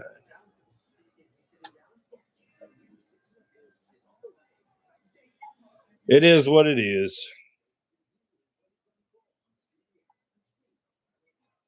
All right. Yeah, Polo. What's going on? We got to hang on Xavier Filisami at all costs. Daniel, I don't know if that's – I don't know. Ashton G, what's up? My dad keeps saying DJ might decommit. Why? Why do you say this? Why do you say these things? I've heard that, but it's not – it's more – I think other people are trying to do that. I don't think that holds much water, in my opinion.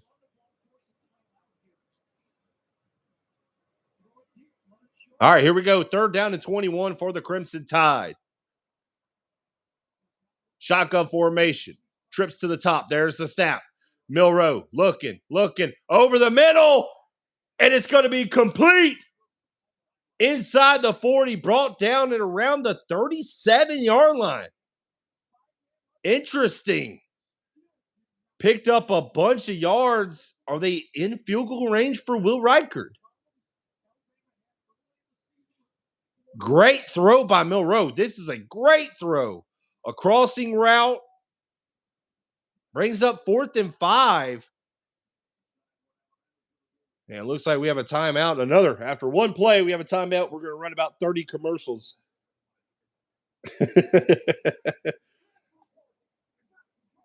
So we'll see. Let's see, because if Napier gets fired, DJ will follow wherever Billy goes.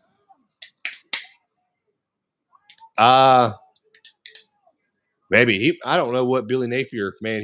He's promised DJ Lagway something like steak and Florida Gator, college. I don't know, the shares or something. Shares of Florida Gators stuff. Whatever he did to get DJ Lagway, he knew he needed to do it. Let's see.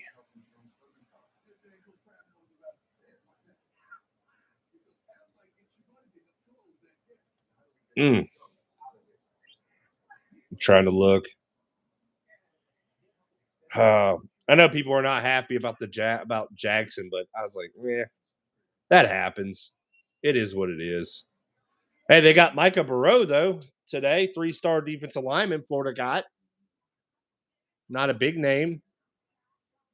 We'll see if he stays. He decommitted once. So I heard we are going to make a big name D-line coach hire. Need to get some big D linemen. It'd be nice. Because I'm getting tired of hiring a coach going, who? And then getting lit up for like 9,000 yards on defense. Start hiring coaches. Florida shouldn't be a team that goes, well, we'll see how this guy hits a project. Florida should be hiring guys like every other big name college does. You hire guys that are proven. You don't hire projects.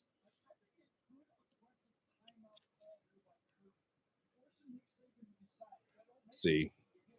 And Will Harris for cornerback coach too. We'll see. I try to stay out of rumors now, especially coaches and stuff, because I just don't know what's true.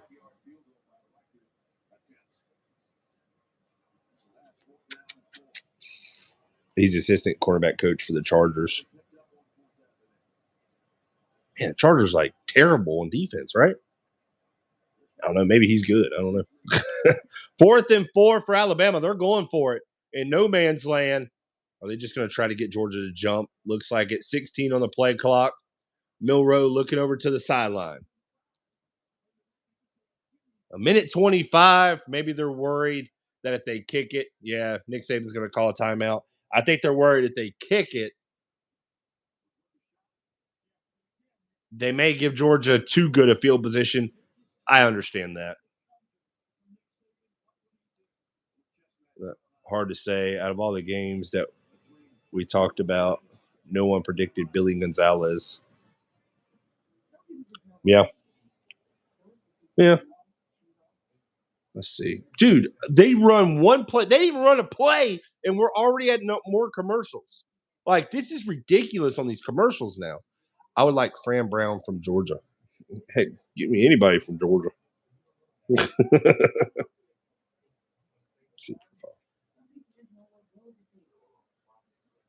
Oh, man. That sucks.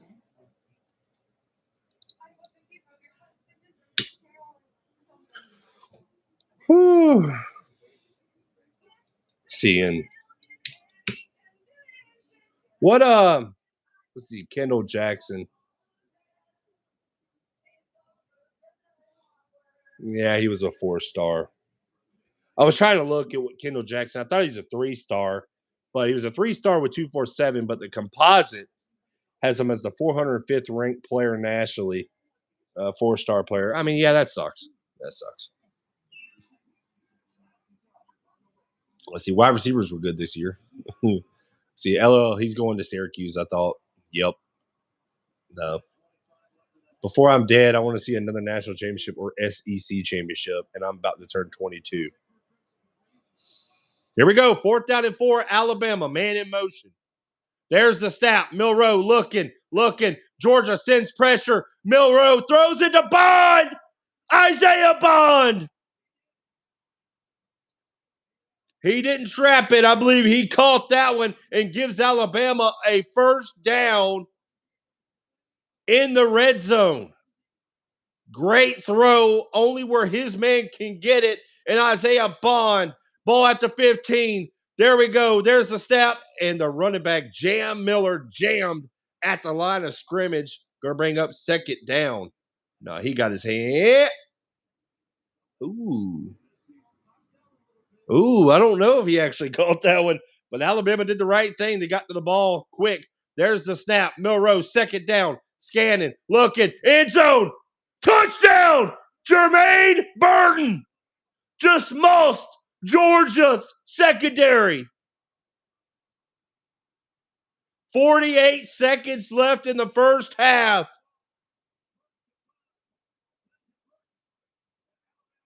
Oh, Georgia fans, they don't know what to think right now. They're down by 2 scores late in the 1st half. What a throw, what a catch. Jermaine Burton, you know that had to feel good. You know why? Former Bulldog says, haha, you should have kept me. And he just burned the Georgia secondary. Ladies and gentlemen, Alabama has a 17-7 lead late in the 1st half. Wow. Ben Forbes, what's up? Oh, look at the Georgia fans. They don't know what to think. Wait a minute. We're not supposed to be down. Oh, man.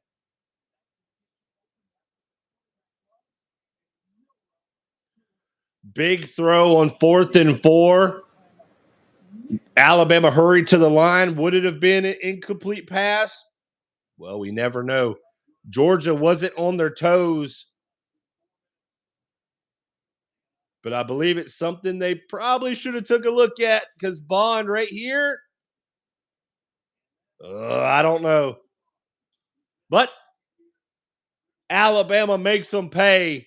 They now have a 2-score lead over the number 1 Georgia Bulldogs. Oh, my goodness.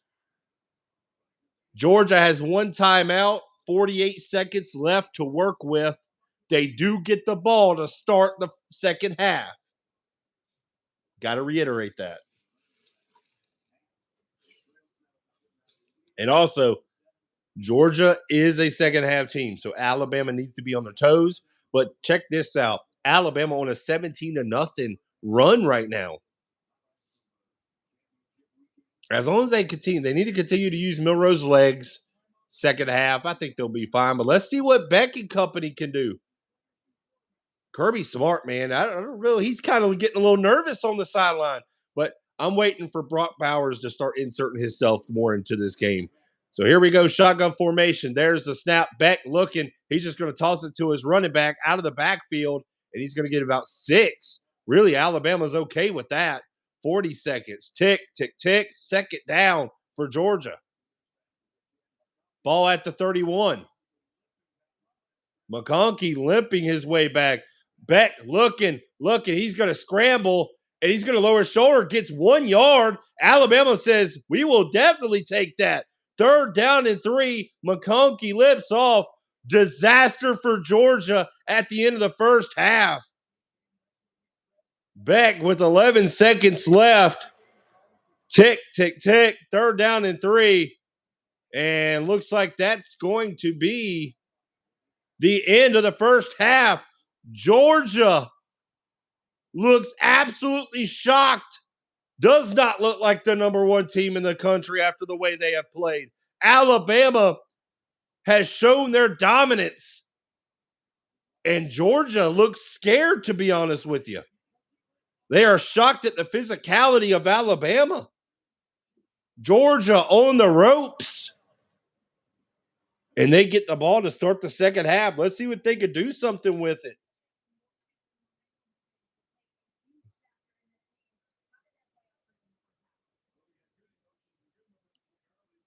Let's see what they say.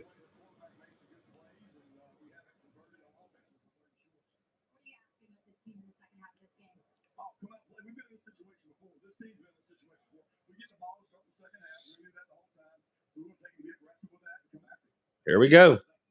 Let's see what Georgia could do. If they have been in this situation before. But wow, they've been in this situation before, but I've never seen Georgia get dominated like that. Like, it's interesting. When you get smacked in the mouth, what are you going to do? I guess we're about to find out what Georgia does when they come out in the second half. I'm here for it. I am here for it. All right. Let's see. Daniel Alexander. All that matters to me is McCray, Lagway, Philosami, and the linebacker core. We'll see if they stick together. It'd be nice. Seaton is definitely commit because he will start every game in his college career. Polo, you're absolutely right. Not a single person right now could. I think he could start overall. Maybe not, Mazuka, but let's see. As a Florida fan, I'm happy. Life is good. Tide. There's Ben Forbes. If Florida's not playing, roll Tide. Who do you think will commit next? If Seaton would be Jordan Seaton would be the next one. That's the only one I see, but I think a lot of them are going to wait until early national signing day on the 20th. That's just my guess. All right. Alabama up on Georgia 17-7. Wow. Alabama fans got to be feeling great. Georgia fans got to be feeling a little. Listen, they know they've been here before, but this is not South Carolina. This is not South Carolina. This is a better team. Let's see, Dylan Evans. You think so? The former Texas A&M, or I guess the Texas A&M former defensive lineman, I believe.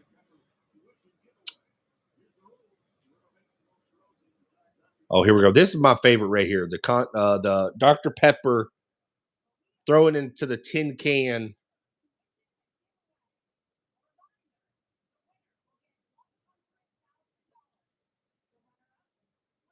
I mean, regardless, you get 25 grand anyways. That's crazy. Huh. Man, you know what gets me about this though? They do that shoulder pass on this. It's like throw it like a football. Let's see. All right. We got 2 contestants. Anita versus Andrew. University of San Francisco, Sand Hills Community College. What are you going to do with $100,000? My God, in tuition. Here we go. Anita over here draining it like she's Steph Curry. Andrew. Oh, well, Andrew's he's throwing it like a football now. Anita's, though, she's got some of them going in. Oh, that was a little wide. All right, here we go. And it looks like Andrew's taking a 4-ball lead, 13-9. And here they're still going. Andrew's clocking them in. He's going good. Yeah. Andrew takes it 17-12 against Anita. I don't understand that. Why don't they don't put guys and then girls separate? That's weird. Oh, well. Did you hear? See, Christopher Fogg. Did you hear Kendall Jackson decommitting from us today after last week saying on X he was 1,000% locked with us? Isn't that crazy how things change that quick? You go from 1,000% commit to nah, I'm good. It's crazy. It's weird.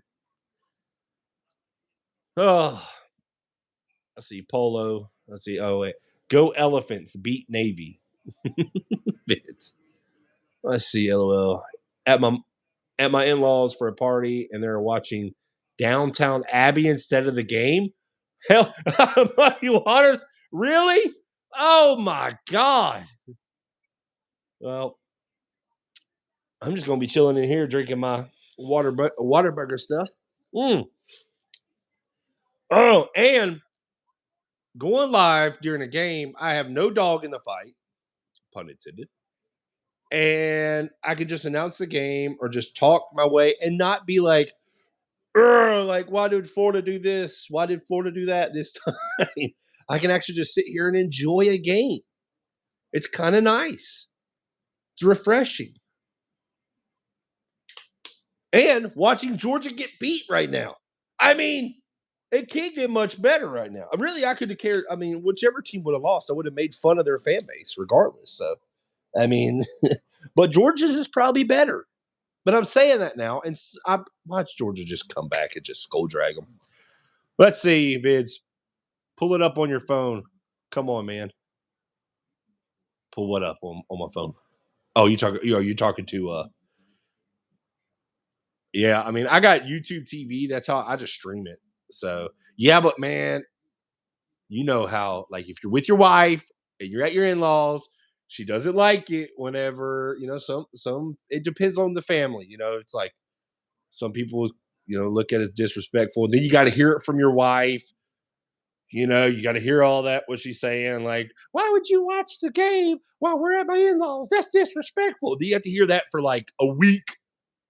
If you're married, you know exactly what I'm talking about. Okay? You go, hey, why would you do that while we're out eating? And you turn on the game. Well, I've done that a time or two, so. Also, don't have to worry about Jag stress tomorrow since they play the Burles Bengals on Monday. Yep, that is true. Oh, I'm excited too, man. Jags on a Monday night. Wish it was Joe Burrow. Would have been, kind of takes a little bit of the excitement out of it to me. I'm like, I want to play you at your best. That's how I've always been. And like with Florida State, I was wanting Jordan Travis there. I was like, I want to play your best. So if something happens, you can't say anything. And it sucked because Florida didn't have Mertz, but I want you at full strength. So there's no excuses. Muddy Waters, yeah, I don't have that kind of cool family. Yeah, I understand. Yep. Stay off your phone. Make eye contact with the family. You got to be, here, not elsewhere, because if you're watching your phone, you're not engaged with the family. Oh, trust me, I know. I understand. Bad thing is right now, I bet you my wife is watching this. Maybe she's not. I don't know. I may need to stop. Do you think Trevor is leaving? I don't know. It's weird. He's not. He has not said anything. He has not came out and said, "Hey, all the rumors are false," but he hasn't said that they're not true. I think he's really thinking about it. I really do. I don't think he's made up his mind, in my opinion, but I could be wrong. But if Montrell Johnson comes back, which I think he is, I think ETN leaves. I think he wants I think he wants to get away from the running back by committee. He wants to be featured, and I think he goes to like a Georgia, Alabama, somewhere where they will use him as a feature back. I think he wants to be featured. I really do, and I think what I've seen from over the season, Travis Etienne, who I'm a Jags fan, his brothers came out and said it on Twitter, saying, "Get my brother out of there," or what is Florida? Why is Florida not utilizing him? And more than likely, he's talked to his brother about it. So um, I feel like if I had to guess, I think he is, and I would not fault him for it, guys. I would not be angry at him. I would love to see him go somewhere and be successful because I think he deserves it. I think he's been at Florida for 2 years and he hasn't had a winning season. And I think next year he's looking at it like, I don't know if we're going to have another. I don't want to be a loser, a part of a team with a losing season every single year that I'm there. And I wouldn't fault him for that. So let's see. I just told them I'm watching a YouTuber for the Make a Wish Foundation. Golly, do I need to like wear something? Like if they look over here, just be like, I could like say something like, I appreciate everyone watching. Y'all know it's my dream for this. I mean, I could look out for you. Let's see, Mother Waters. You sleeping on the couch, man. If she's watching, yeah, I know. I don't think she is though. I don't think so. Daniel, I agree, but at the same time, ETN does not stay healthy. Yeah, I will say this though: in the last game against Florida State, play calling about got him killed, especially that swing pass. I mean, Florida State's corner knew exactly. He was reading that play all the way, and ETN got hurt. I'm not going to say he gets hurt a lot. Now, the load share where Montrell Johnson takes a lot off of him. So maybe he doesn't. Here's my thing, though. If ETN gets more carries, I think he gets into more of a rhythm and he might not get hurt as much. I don't know. It's kind of like dang if you do, dang if you don't. If you don't utilize him, he doesn't get into a rhythm. I don't know. I just know he's a great talent. And it'd be sad for him to go, but I would understand. And Florida's got some good backs. Cam Carroll will be back. The Tulane transfer from this past season, he got injured. He gets injured a pretty good bit. Hopefully, he can stay healthy. But he's a good running back when he's healthy. Trayon Webb. So Florida still got some good backs, but ETN is just explosive. He is so quick too. See, Kanan Daniels will be ETN for us next season. Could be. Could be. Let's see. ETN besides Wilson gives you the biggest home run threat. Yeah. Yeah. Kanan Daniels is a stud. Oh, yeah. Absolutely. And you know who I saw today in Texas was CJ Baxter. I was like, gosh, man, wouldn't that be nice having all these great running backs? But of course, they wouldn't all stay. But I heard that ETN was at a party on UF campus. I mean, he's still enrolled at Florida, so I mean, he's going to do everything. I mean, he's probably going to live it up. Florida has some great parties, so. Oh man, what a freaking run! Yeah, Texas just poured it on them. Let's see. At some point, these wide receivers we've brought in are going to start contributing. Yeah, Andy Jean, uh, Aiden Mazzell. I mean, Eugene Wilson's already made big contributions, but yeah. And I know there was kind of some speculation after the game. Eugene Wilson took a picture of his shoulder pads and stuff. And man, I don't know what that dog's doing in there, but I'll be right back.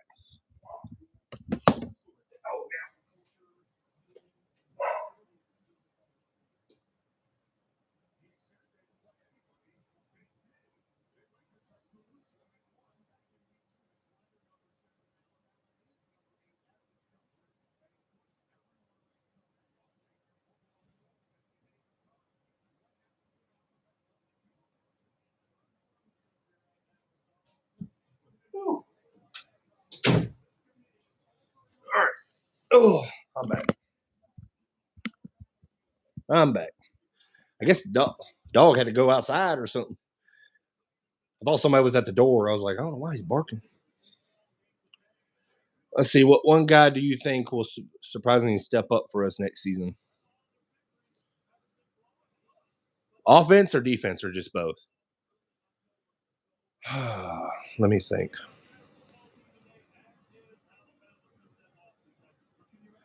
Guess it depends on if with ETN situation. We got it.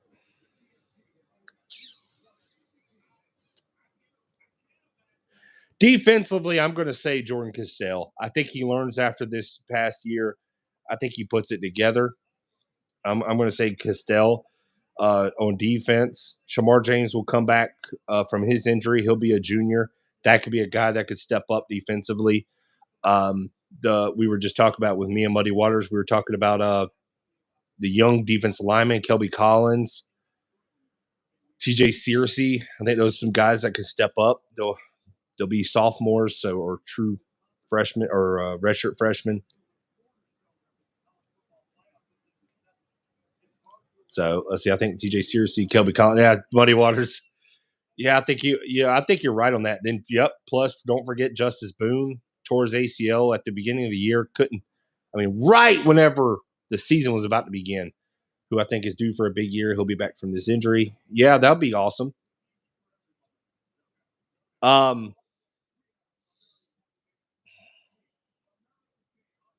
You look at the incoming class. Let's check it out. Let's see if there's like another Eugene Wilson that I can. Of course you got Lagway, but I think with Mertz coming back, Lagway is just going to be kind of clip holder. LJ McCray, as long as he stays, that could be somebody. But there was a guy, and I know it's going to be out there. Aaron Gates is a guy that it's kind of was a kind of a guy that I was looking at as like a sleeper. He stuck around in the 22 class, and I was like, all right, he stays committed. He's a 4-star player. I was like, man, he was kind of like a cornerback, linebacker kind of situation. It would have been somebody that I'm looking at maybe takes a step up. Could be interesting. Let's see. Yeah, Florida got some more wide receivers coming in that I like. Tawaski Abrams, I like him out of Fort Myers. I like Hawkins, IMG.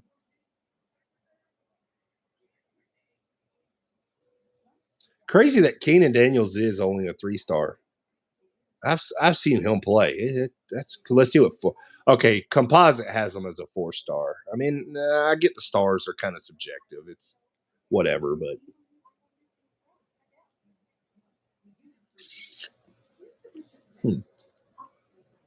okay. Tell you what, if Philisamy stays, that would be awesome. LJ McCray. Let's see. I really like to see Bryce Thornton. Maybe put it together. A lot of these guys went through freshman, hiccups. So and we have Alabama wins this game, and the CFP will leave the SEC out of the Final Four, and this is the end of it. Hey, the only way you can not get beat by the SEC is just not have them in, right? I still want senior wide receiver for experience. There's plenty out there in the transfer portal. There is plenty out there, or with some leadership experience. Daniel Alexander says LJ McCray, dude's a beast. He's like that Kelby Collins. I think he can come right in and play immediately and be just fine. See, Marcus Burke, random guy who got more playing time than most, looked great against Utah, and then kind of went away. Yeah, that's and everyone was looking at Marcus Burke even last year. 4-star wide receiver. He had moments, man. It was like, wow. But I don't know. Like he just kind of got lost in the shuffle, I guess. And I know he got hurt for a couple games. Sometimes that just happens. You get hurt, another guy steps in, and there goes your spot. See, Miles Graham will come in and contribute early. I like that. Hey, that's Gator legacy, Ernest Graham's son.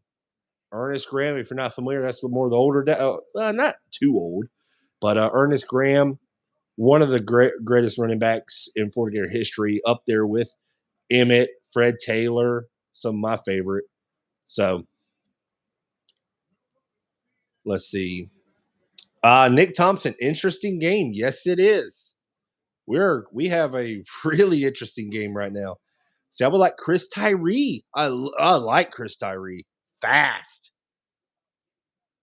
Really fast. See, I was disgustingly upset when I heard the news of Caleb Douglas transferring out. I really liked him. Yeah, it sucks. I see Arlis Boardingham having a big year. Yeah.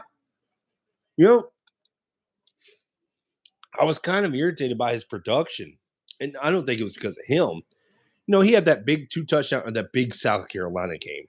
Or some big plays he had in there. But I mean, he showed up. He had 2 touchdowns, and I mean, he was looking great. Then it's like they just stopped throwing to him again. So that was kind of irritating. But Arlis Boardingham, big target.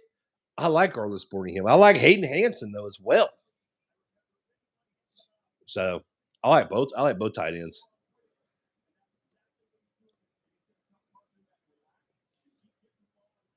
Let's see. Got 16 people in here. Appreciate everyone coming in, checking it out with me. SEC Championship game. We're talking the game. We're mainly talking Florida Gator stuff, which I like too.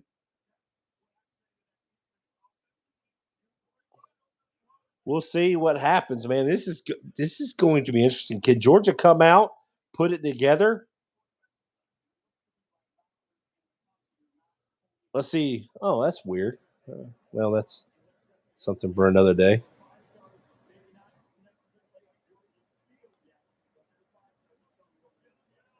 That's weird.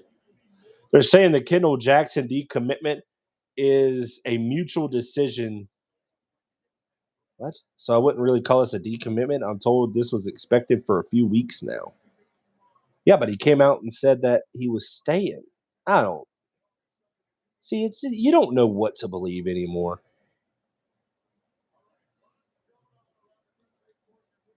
I don't know.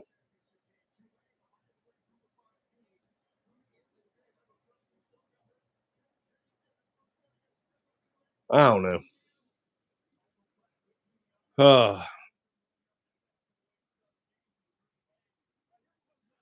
Let's see. Do you think Georgia will be out if Bama beats them? I don't. Here's my thing. It's hard to put Alabama over Texas because Texas beat Alabama in Tuscaloosa.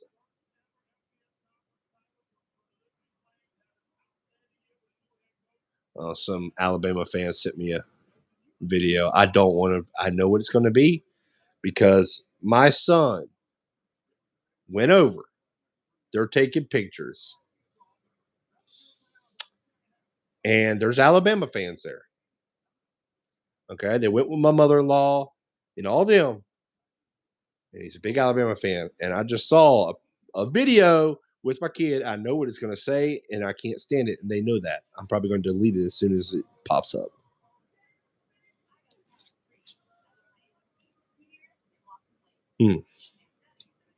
Let's see.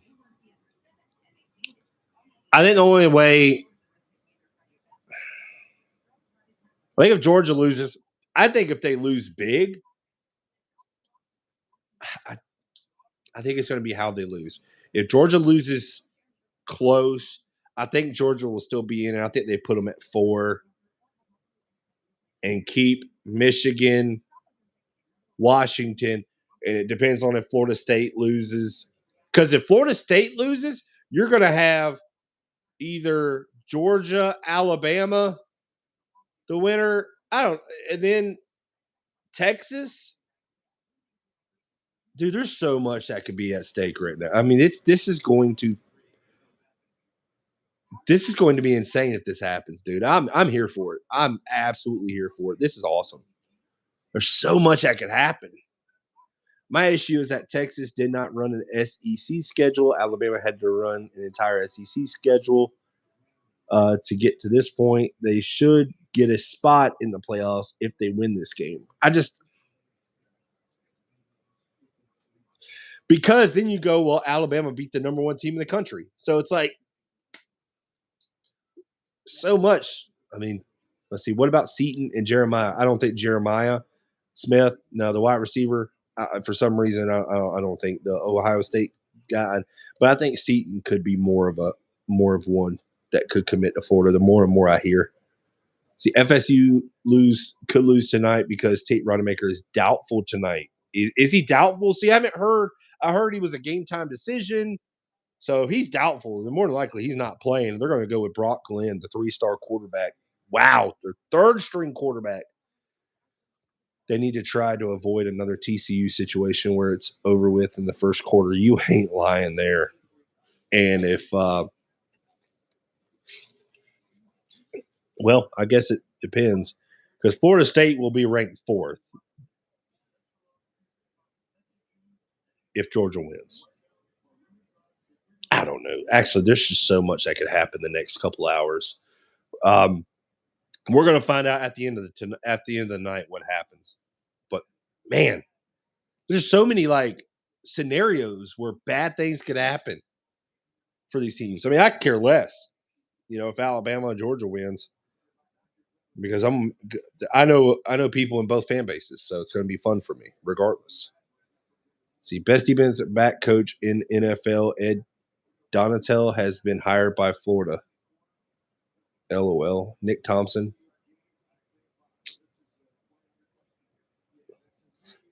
Hold on, what is he? You see live action. Replay officials are no different, really, guys, than officials on the field. In those situations with clocks running and things moving so fast, team coming up to stop the football, a replay official has to feel in real time that there's a potential that this may be something that it doesn't appear. And so, in your opinion, Gene, to cut to the chase here, he should have stopped the game and looked more closely than what he did. That's my opinion, Gary. Yes, I think you'd stop game at that point prior to that snap. You then slow this down. You take all the angles. Just because I reacted live. Well, maybe not. I know. Just his hands, or could he have held it with his arm? In my opinion, here, when you have possession this way, as you're going to the ground, if that football hits the ground and moves in any way, then, in my opinion, the football has aided you in the process of finalizing the game. It's a 10-point play. It's a huge play. Wow. I'm listening to the 4th down throw to Bond. Wow. So they're saying that it was more than likely going to be incomplete. And the more and more I look at it, that ball was moving pretty good. I think that should have been incomplete. But, no, well. That sucks for them. Let's see. Billy will load up in the portal, though. He knows he's on his last leg and needs experience everywhere. I think he should. Won't be relying on young guys this year again. Let's see, Viz. Now they want to dissect people's catches. If you hand the ball to the official, then you called it. I tell you what, Alabama did the right thing. Get to the line quick before anybody could do it. They got stuffed on that first down play, but they're like, hey, we get to keep the ball. Georgia doesn't have it. They were willing to sacrifice a down, and I think it was the right call. They did it the correct way. But here we go. Georgia, ball at the 25, shotgun formation. There's the snap. Beck, play action. He's looking. He's going to get it to Bowers, who lowers his shoulder, gets about 3 on the little tight end screen. So not much doing on the left side. So, Georgia's emphasis right now is going to be Brock Bowers. They're going to get it to Brock Bowers. They're going to get him a lot of touches in this second half. We need juniors and seniors that have experience. Yes, Polo, absolutely. Let's see. That was a crazy 4th down call. Tommy Reese is probably going to end up somewhere else next year. The boy is insane. We'll see. Let's see. Trips to the right. Now we have a man in motion for Georgia. Shotgun formation. 2nd down and 7. There's the snap. They're going to hand it off. Right side. He's going to try to stiff arm his way. Got a first down. And Bell runs over his own wide receiver, Rosemary, St. Rosemary, and they get a first down.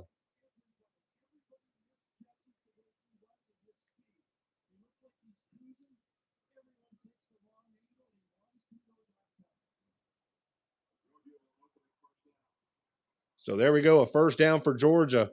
Ball at the 37-yard line. Oscar Delp in motion. There's the snap. Beck pump fakes. Looking. No, he's going to toss it back out to Rosemary, and he is going to be stuffed for a gain of 1 on the play. And where did that freaking thing go? Oh, there it is. Oh! Jalen Monroe started the game 0 for 4, but since then he is 6 of 8, 110 yards and 2 touchdowns. Carson Beck, 9 completions to 7 different receivers. Brock Bowers, 2 receptions for 20 yards. I think that'll change in the second half. Looks like Lab McConkey is back. He was shaken up at the end of the first half, but ball at the 39, 2nd down and 8. Bowers in motion. There's the snap. And they're going to get his man a nice little throw, try to muscle his way for a first down, but he's going to be a yard short. It's going to bring up 3rd down and 1 for the Bulldogs. A little great pitching catch by Beck. Looks like it was going to be about 2 yards.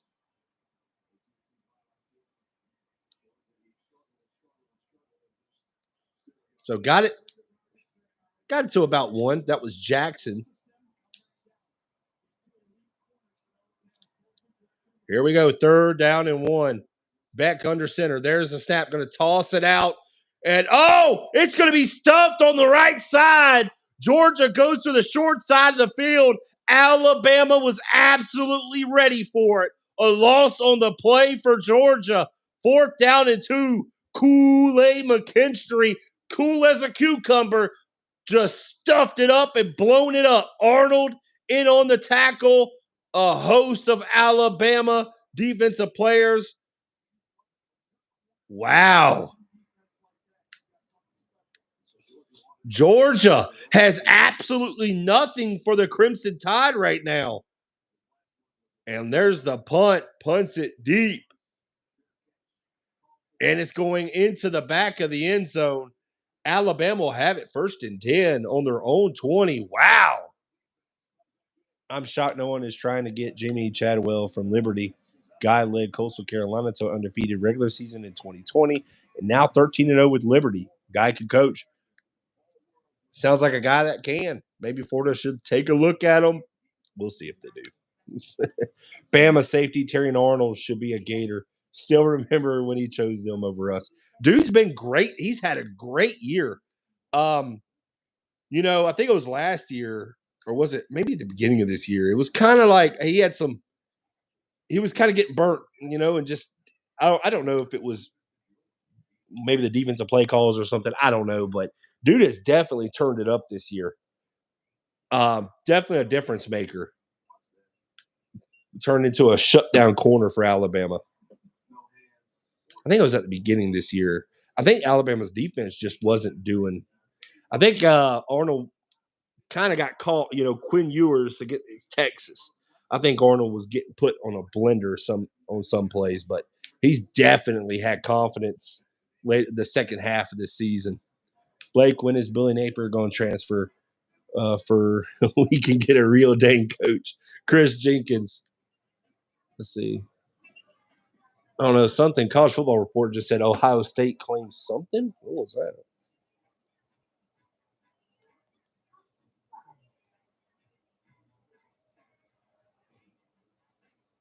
I don't know what that was all about.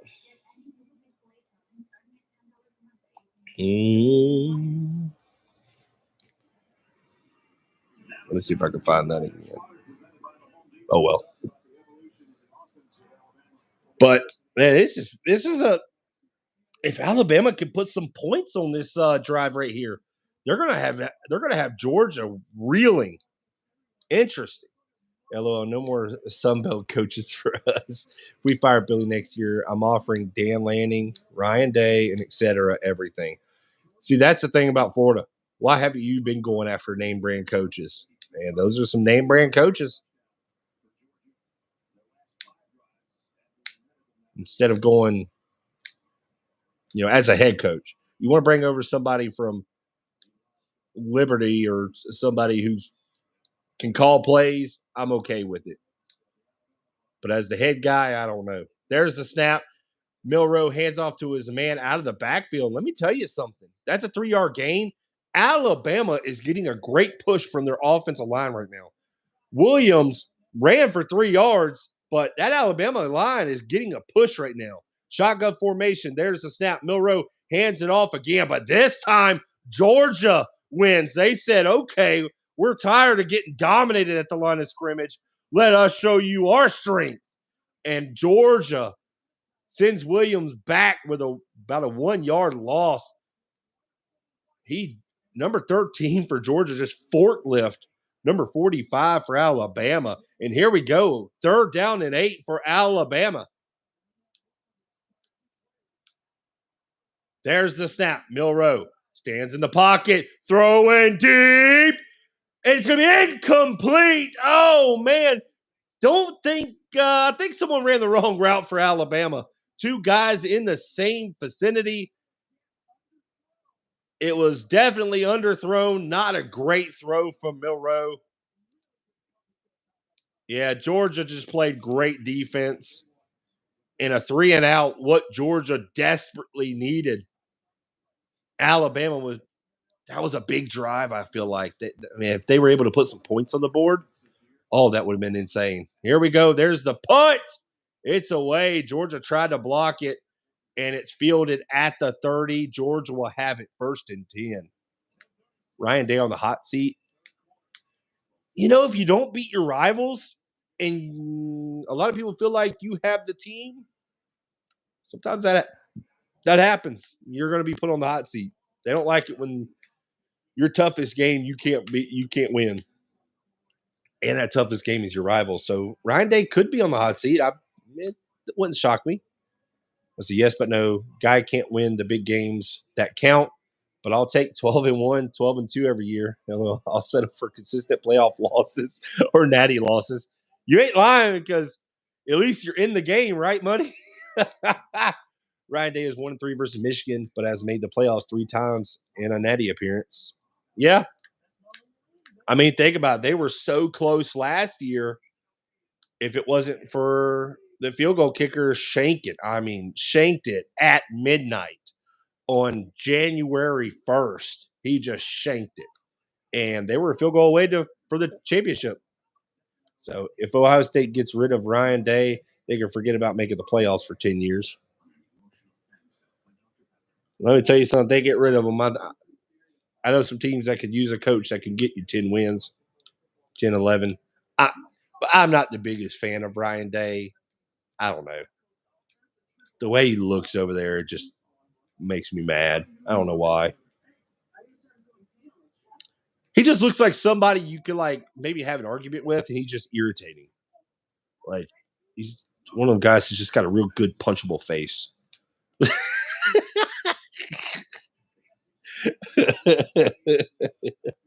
Oh.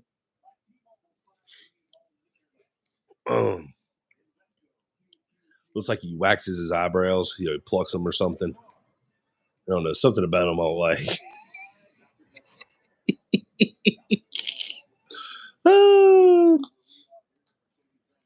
All right. Can Georgia do something right here? 10 minutes left in the 3rd quarter. Still plenty of time for Georgia to make up the 10-point deficit, but they got some work to do. Alabama's defense has been stingy. Georgia went up 7-0, but Alabama 17-0 run. Georgia, I feel like this is a huge drive for Georgia right now. Ball at the 30, 10:36 left in the 3rd quarter. This is a drive. They need to sustain a drive right now. Shotgun formation, Bowers in motion. There's the snap. Beck looking deep, throwing deep. He's got a man complete at the 20 of Alabama. Wow.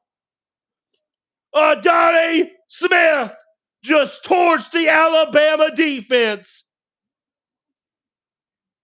A 50-yard strike from Beck to Smith. And they're in the money range now, the red zone for Georgia after one play. Wow. A 50-yard strike. Now Georgia is threatening in the red zone. Oh, it's under review. Really? I didn't really see much. I didn't.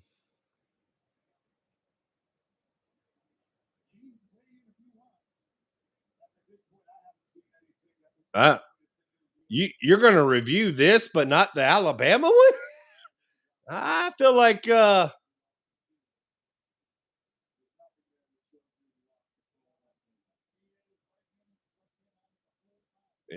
I don't.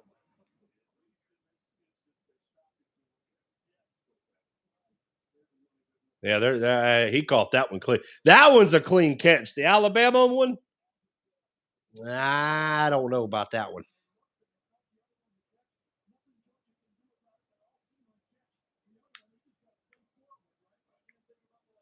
I feel like the referee's got the wrong one if you're going to review a catch.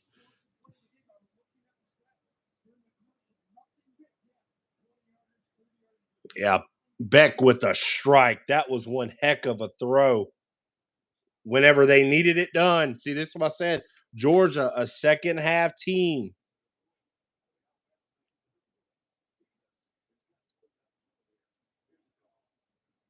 That's going to be confirmed.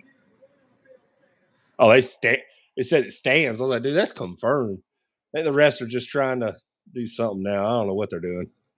They're doing dumb.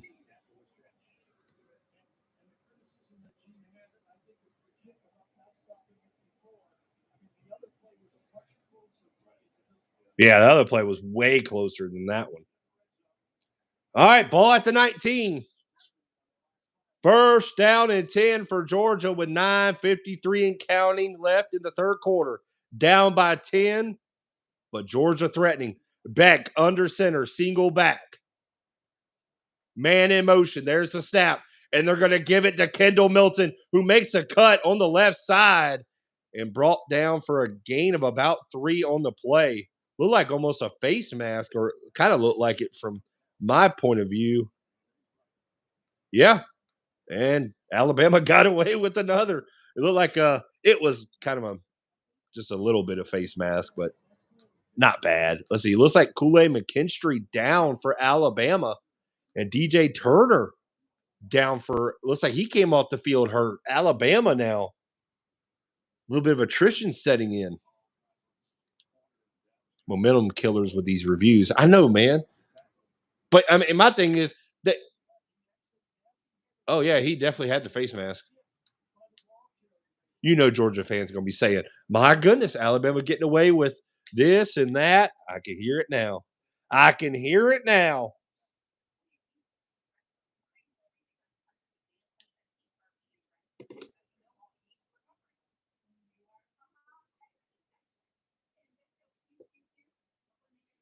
All right. It was like Dejon Jones. I mean, they're not, neither team's getting a big, chunk in the running game. Georgia's averaging 3.3 yards per carry. Alabama's averaging 2.9. It's been very stingy defense right now for both these teams. Alabama's receiving, I mean, there's not a receiver that has over one catch. I mean, let's see. Georgia right now, their leading receiver, one catch, is Arian Smith now for one catch for 51 yards. I don't know why I said Adonai Smith. You know what? Adonai Smith there used to be one that played for a while. I guess I had that in my mind. But Arian Smith, 1 catch for 51 yards. Wow. That's the longest play of the game for both teams. But Carson Beck right now, 13-16, $155 through the air. And Georgia looking for points right here. They need it. You know, you look back to Georgia miscues, I feel like Georgia probably messed up whenever Alabama didn't, when they rushed to the line, maybe Georgia should have called a timeout and said, hey, take a look at it. The missed field goal by Georgia. So there's been some things where it's like you go back and look. Let's see, a lot happened on this last play, they said.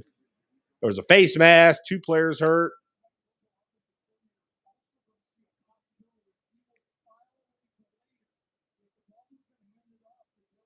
If he would have been handed off, he would have had a one-on-one with Malachi Moore at the top. See, Ryan Day to the Chicago Bears. All right, 2nd down and 7 for Georgia. Ball at the 16. Carson Beck. There's the snap. Beck, play action. Looking. End zone. Incomplete. He was going to his man, Brock Bowers. Tight coverage in the end zone. And let's see what we have right here. Oh, just Bowers couldn't corral it. Great defense. Alabama cornerback stood right over him saying, not this time. A player like Bowers will make you pay if you kind of chirp at him a little bit.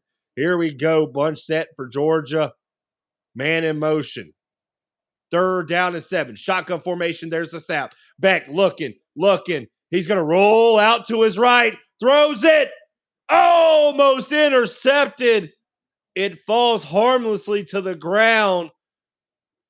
And it looks like they were going to Bowers again. And it looks like Georgia's going to have to settle for a field goal. This is a no-no right here for a quarterback. You don't throw it cross your body into the middle of the field.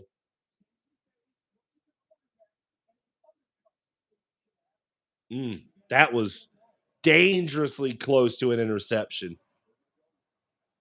Let's be honest, we don't want Georgia to win this game. I want it to go 10 overtimes, and everyone's so gassed. I don't know. There's the field goal attempt. It's up and right down the middle. Georgia makes it a 1-score game as they put a field goal on the scoreboard. Alabama still out in front. 17, Georgia 10. Let's go. I like this.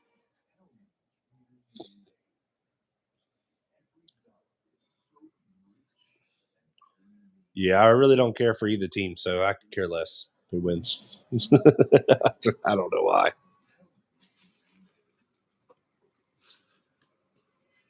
I deal with more Alabama fans, I think, on a especially work-wise, but daily basis.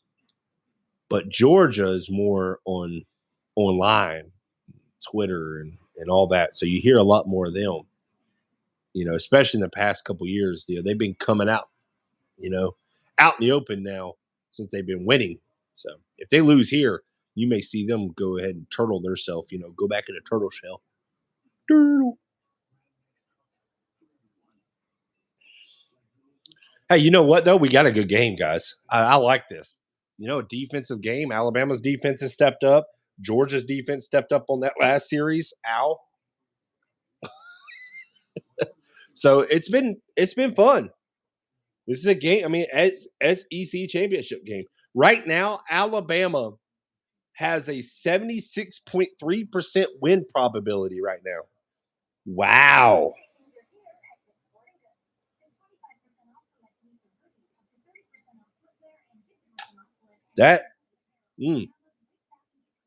We just got so much going on. We got Georgia, losing right now.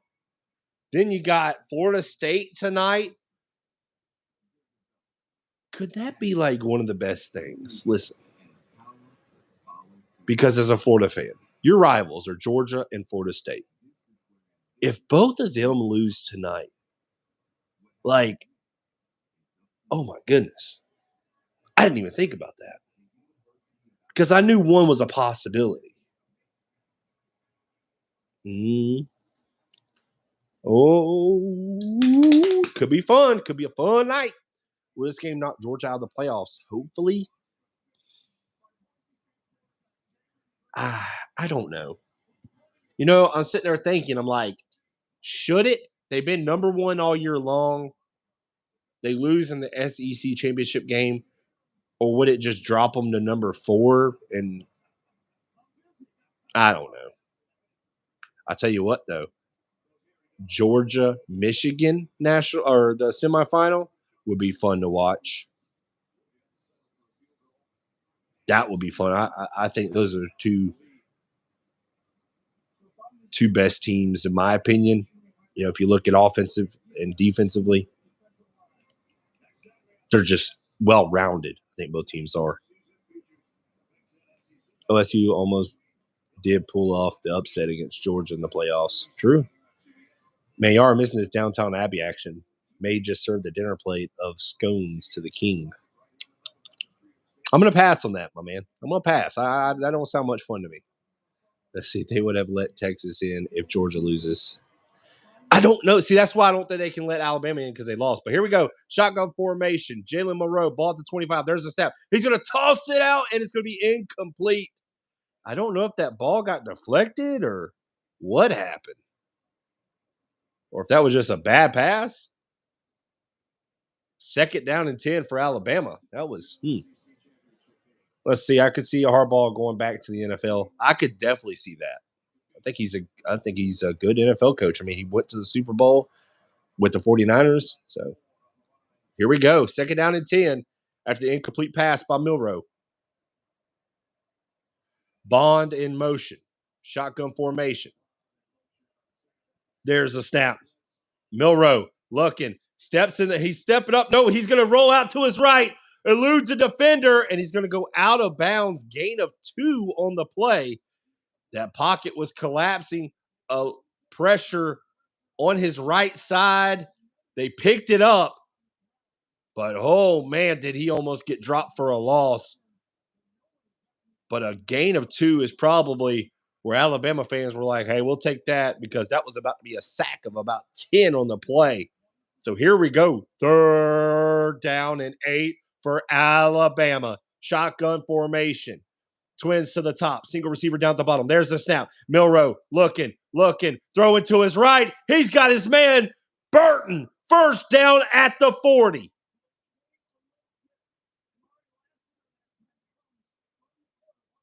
They had one-on-one coverage. They had a cornerback blitz. Safety picked up Burton. And they picked it up. Georgia was trying to get pressure on Milroe, but Milroe stepped up, made a really good throw to his right. He'll make a good throw here and there, but some of these throws get wildly inconsistent. Here we go. Shotgun formation, single receiver to the top. Going to toss it out to Jam Miller, who lowers his shoulder and gains about 4 on 1st down, just shy of the 45. I love that name, Jam Miller. I love it.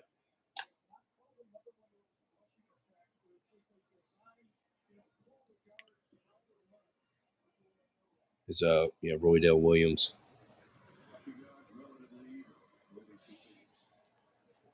Yeah, rushing guard has been scarce today. There's the snap. Going to toss it out to his wide receiver, who's going to get tracked down for no gain. It looks like we have a late flag coming in. Are they going to call horse collar? I don't know about that. He was tackled high.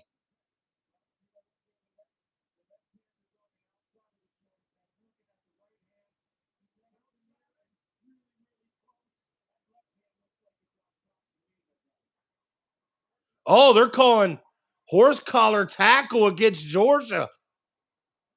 Is it? Was it?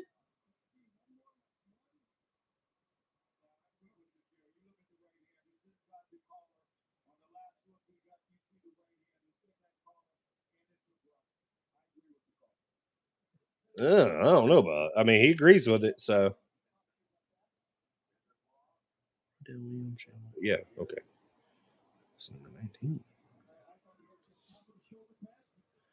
It was close.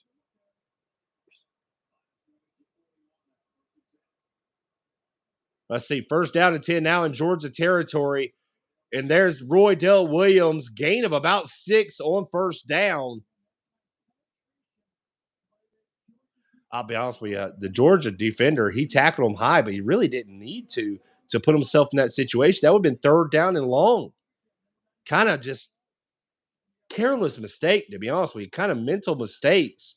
If you don't tackle them high and give that opportunity for the refs to call it, but that's just me.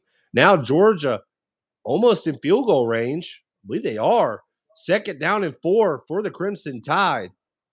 Roydell Williams in the backfield. There's the snap. Oh, it went low. Milroe looking deep, throwing deep. And he was going for Burton in the back of the end zone, but it's going to fall incomplete. It's going to bring up third down and 4 for the Crimson Tide. Under 6 minutes left to play in the third quarter. Wow.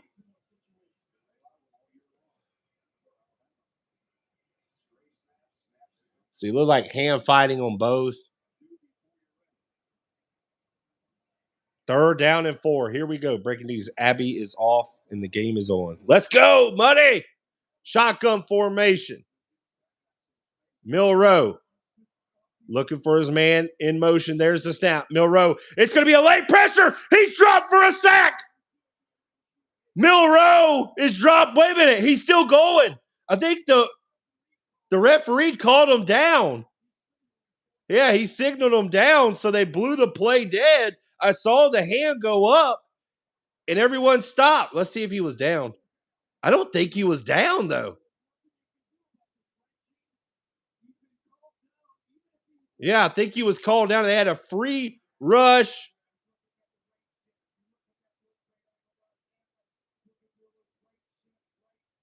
Oh, yeah, he was dropped. That takes him out of field goal range.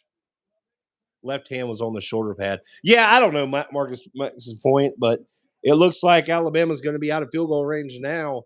So Milroe gets dropped for a sack. That was a very aggressive call defensively, but it pays off. A 12-yard loss on the play when they were in field goal range. And I saw his shin was down. So really, it would have been brought back even if he was running. Yeah, can't take that sack. You just got to throw it away. If you just got to toss it and just kick the 50-yard field goal. But there's the punt away. And it's going to be inside the 10, fielded at the 5. Yeah,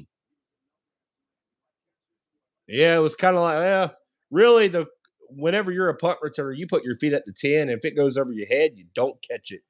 You just live for whatever it is. Now, it could go at the 1. So, but a 40-yard punt from James Burnip. And Georgia has the ball first and 10 on their own 5-yard line. Oh, Carson Beck looks like he might be hurt. So was it his throwing hand? No, it was his non-throwing hand. But here we go. Ball at the 6. There's the snap. Going to hand it off to Kendall Milton, who's dropped for a loss. Tried the counter play, and Alabama says, counter this. Downs. That's Caleb Downs, the true freshman safety, who's been fantastic this year for Alabama. Florida State, yeah. Here we go. Second down and 10.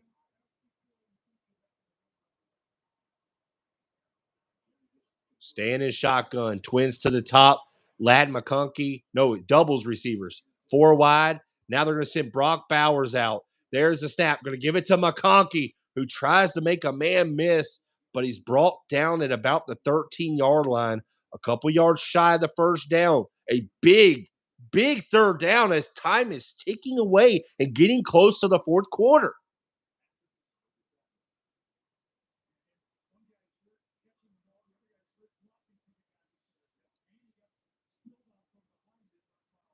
So 3rd down and 3 for the Bulldogs.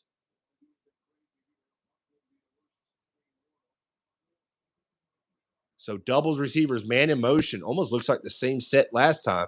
Now trips down the bottom. Empty set for Beck. There's the snap. He's going to toss it, and he's got a man complete at the 20. He was draped all over by Arnold. Wow. Really, that was probably defensive pass interference, but it was still a completion.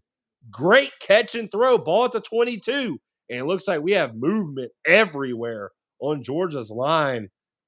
I believe everybody moved but the center.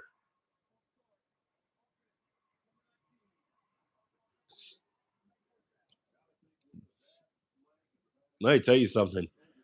I don't know how. Like this right here, I thought it was great coverage, but it was definitely, you could call holding, you could call whatever it was. Man, those who's gonna miss Gary Daniels from CBS SEC coverage has been my life. Dude, I love the theme song. Absolutely, I've lived it all my life. Been hearing these guys. There's the snap, shotgun formation, fumble, ball's loose. Did Georgia get on it? No, Alabama has it. A turnover. What in the world was that? The ball just sat there, and Georgia, they just looked absolutely confused. A big turnover. Big mistake.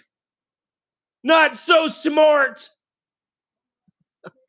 I don't know what this was. It looked like the Georgia guy was going to have it, but Alabama just out-wrestled him, out-muscled him. Right there. Wow. This is huge.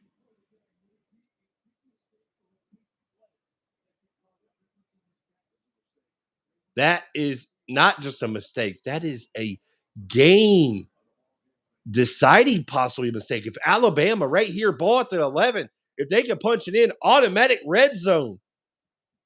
There's the snap. There's the handoff to Miller. Tries to spin his way inside the 10. Gain of about 3 on the play. Points right here. Points. Alabama just has to know, listen, our defense has played well. Points. But we know as Florida fans, getting too conservative can come back to bite you in the butt. So smart plays have to be called right here. Who is your best go-to player? Alabama line shifts the receivers. Shotgun formation. There's the snap. No, Milroe going to keep it himself. Right side. Tries to make a man miss, but he actually takes a loss on the play. It's going to bring up 3rd down and 8 for the Crimson Tide. I think if Georgia can't win the conference, they should be eliminated. Alabama jumps to 4 because they didn't lose in their conference. You know, there's so much that can happen tonight, man. I'm here for it. Love it. Love it. Love every minute of this. This is huge for both teams. If Georgia can stop them for just 3, that's a win. But here we go. Alabama eyeing for a touchdown. Shotgun formation. There's the snap. Milroe looking. Pressure in his face. End zone. It's incomplete. Bullard in coverage. Probably saved a touchdown. They were going to Jermaine Burton, his man. I love the decision. A low pass. It gave, actually, the pass was behind Jermaine Burton, and it gave time for Bullard to recover. If that was a ball on the money, that is 6. But Walker had pressure right in Milroe's face. Wow. A chess match going on. Will Riker for the field goal. And really, Alabama got points on the board. Now they lead 20-10. That's where you go, hey, we got points, but Georgia's defense stepped up huge on that drive, but it's still a 2-score lead. 48 seconds left in the 3rd quarter. Here we go. SEC championship. We're here for it, ladies and gentlemen. Let's go. I love it. Love it. All right. Anybody else decommit from Florida? Kirby getting too cute. Stress is kicking in. Yeah, man. It's just like, I call a reverse, like a fake handoff reverse. It was, and it looked like, and it wasn't even going to like a prominent player. Like, you're going to a guy, he didn't look very confident.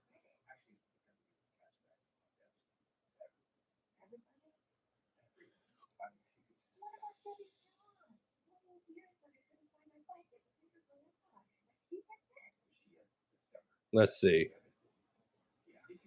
Let's say Alabama hangs on and wins. How could you leave either Georgia or Alabama out? The goal is the best 4 teams, right? So people on Twitter right now are going crazy. They're saying just like us. What happens now if Alabama hangs on? It's interesting, man. It really is.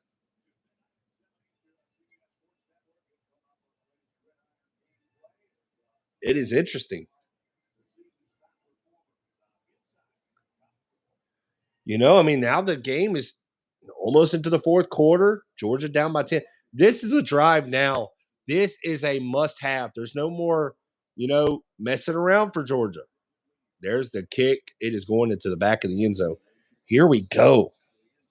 Georgia just screwed herself on the last drive after the fumble, but Georgia's defense stepped up, held Alabama's offense to 3. But, great teams, with all what's happened, did Alabama catch that ball and then they scored? Great teams forget that. They go, listen, what's in front of us now? We're down by 10. The great teams usually pull it off. Let's see if Alabama can get it done. They're trying to three-peat for national champions, but they're in a dogfight right now in the SEC championship game. Shotgun formation. Bowers in motion. Is Beck the guy to lead the Bulldogs to the promised land? There's the snap. Beck looking. He's going to toss it to his man out of the backfield. That's going to be Kendall Milton. Gain of about 4 on the play. Saban in smart head. Ooh, could be. Second down and 6 for Georgia. Kirby is he? I am here. We are here. Let's see. Man in motion. Shotgun formation. Beck getting up to the line, making his checks. There's the snap. Beck looking over the middle. He got his man. First down for Georgia. And that will be the end of the third quarter. Alabama leads 20, Georgia 10. But Georgia has the ball. And we will come back. Fourth quarter will decide possibly who will make it to the CFP. Actually, we don't. I don't know if we will or not. Both these teams, if Georgia wins, they could be both out.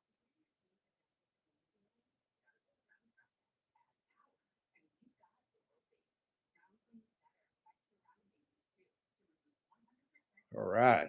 Let's see. Let's look up. Let's see what Georgia fans are looking at right now. Let's see what people are talking about. Oh, they're saying the refs are on Alabama's side. Oh, here we go. We got pictures and everything coming out that Alabama is cheating or something. I don't know. They both could be. I don't care. Oh, man. It's funny. Y'all just go look on Twitter and see. But, of course, this could change in a matter of minutes.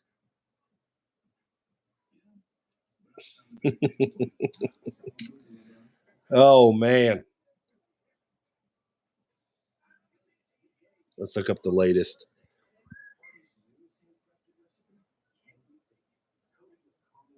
Oh, they're talking about Bobo calling stupid plays for Georgia. Oh, potential fraud. They're talking about Georgia. Mark Richt must be back at Georgia. Oh, man. Yeah, terrible execution on that handoff from Beck to I think it was Bell.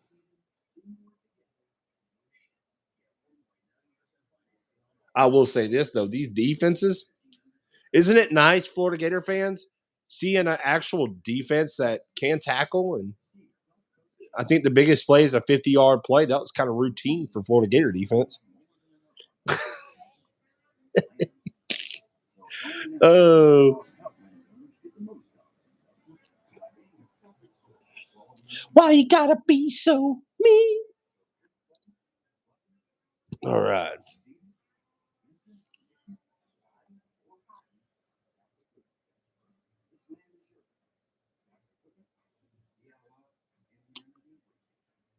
All right. So 20-10, Alabama leads entering the fourth quarter. Do y'all think Alabama holds this lead? Do you think it's Alabama's time? They're going to upset Georgia, who was 4.5-point favorites entering this game. Do you think they hold it?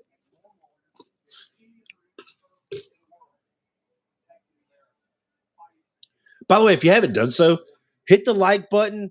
I don't know. I think something crazy is going to happen this fourth quarter. Maybe some people will come over and join the chat. If you haven't hit the like button, please do. I always forget to say that, though.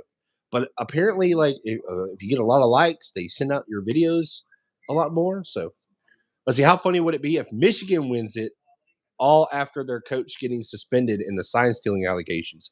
I know Ohio State fans would be losing their crap, dude. Wouldn't that be like the whole Tom Brady, Bill, the deflate gate and all that kind of stuff? It's kind of similar, eerily similar to that. And then you can make the connection. Tom Brady used to be at Michigan. They could spin that off. Oh, I can see somebody just going, oh, we can put Tom Brady in here. Oh, man. Ball at the 38-yard line. Georgia. Shotgun formation. 1st and 10. Rosemy Jackson in motion. There's the snap. Beck looking, steps up. He runs into his own lineman and dropped for a sack. I think that's more of a coverage sack because nothing was open downfield. Great defense by Alabama. They rush 4 and then collapse the pocket.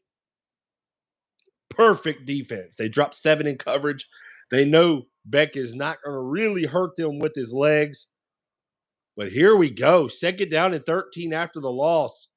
There's the snap. Beck, play action. He's looking over the middle. It's going to be incomplete, intended for Ladd McConkey. This Alabama defense, man, where has this been all year? That's Arnold in on the coverage. That right there, maybe his other one wasn't great defense. That was great defense. McConkey's still a little coming over a little gimpy. I mean, he was hurt at the end of the first half. So, wow. 3rd down and 13, ball at the 35. Trips down to the bottom for Beck. Single receiver to the top. There's the snap. Beck scans the field, looking to his left. Almost intercepted. Blanketed coverage again from Alabama. This time Amos in on coverage. He's been on a couple of key stops in this second half. Jam coverage. I mean, really, that was just a dropped interception. Wow.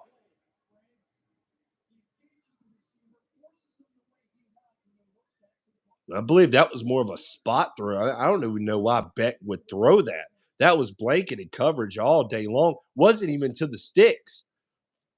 Georgia has to punt. There's the snap. There's the kick. Alabama fair catches it at the 20. Downs it at the 20. And Alabama with a 2-score lead, up 20-10 on the number 1 team in the country, absolutely dominating the number 1 team in the country. Is Alabama on the verge of pulling off the upset? Famous Amos almost had an interception, and he would be famous for it. Wow. This has been – I love defense, guys. I don't know how many times I can say it. Like, and that's why it kills me as a Florida Gator fan, like how pathetic they've been the past almost decade. Like, this is the defense that I've seen whenever Florida used to have it. You know, the Will Muschamp days, or I mean, back in the 06, 08 era. Like, just that physical defense. These are physical defenses right now. They're jamming you at the line of scrimmage. They're not letting you breathe. They are getting right after you. They're collapsing the pocket. This is textbook defense right now. But these are defensive coaches. Nick Saban, defensive coach. Kirby Smart, a defensive coach. So, I mean, this is a great chess match that we're watching right now that you don't get to see a whole lot. You know, if you want offense, go watch the Pac-12. You know, but if you want defense, you're watching it tonight. You're watching it right now, and I'm here for it. But if Alabama could pull this off, oh my goodness. I mean, how many people are deserving for the past 2-3 years, like, of a really good, just, I mean, in your face, you lost. How embarrassing. I could think of a few.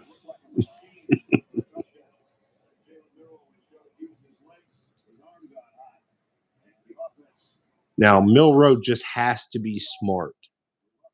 He has to be smart in this quarter. He's going to have to make throws, but he's going to have to extend plays with his legs. Georgia can get after you. You have seen that. Georgia's defense getting great penetration in this game. So this is a huge drive for this Georgia defense, but all the pressure right now is on Alabama. Can they get a good drive? Ball at the 20, 80 yards for a touchdown to really put this game away. Can they sustain a drive? Man in motion, shotgun formation. There's the snap. Hands off up the middle, gain of about 1. That was Williams on the carry. And I think right now Alabama, like, okay, we're just going to drain the clock. We have a 2-score lead. Let's sustain drives. I think you're going to start seeing Milroe. When that edge rusher goes down and collapses, you're going to see Milroe pull that, and you're about to see a big run. I don't know. I think they're going to do it on the far side of the field. Right now would be a good time to do it. Shotgun formation, man in motion. There's the snap. Milroe pulls it. Play action. Looking. He's going to be dropped. A huge loss. Something you can't do. You can't take a sack. Milroe, absolutely nowhere to go with the ball, but he doesn't throw it away, and he gets dropped for a loss.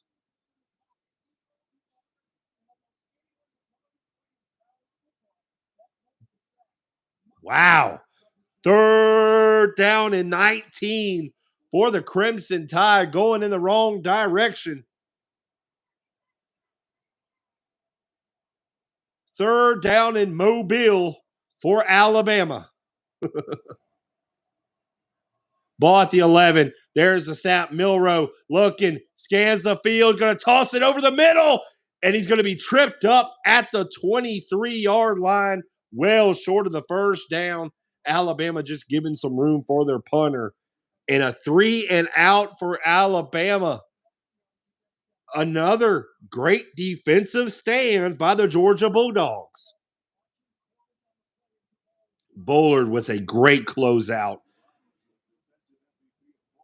I mean, this is just defenses, man. Defense. In an age of where it's all offense, you're seeing defenses right now. And there's the punt. High punt. And it's going to be fielded. It's going to be taken up the middle. 50, 45. Wow. A huge return for the Georgia Bulldogs. Put them deep in Alabama territory. And Georgia has something cooking early in the 4th quarter when they desperately needed a huge play. That might have been a big momentum shift for the Bulldogs. Wow.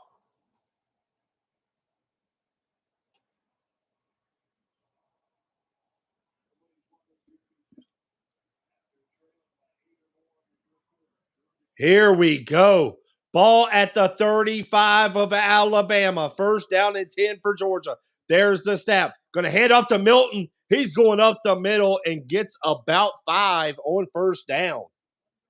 Man, Anthony Evans with a huge 30-yard return, punt return.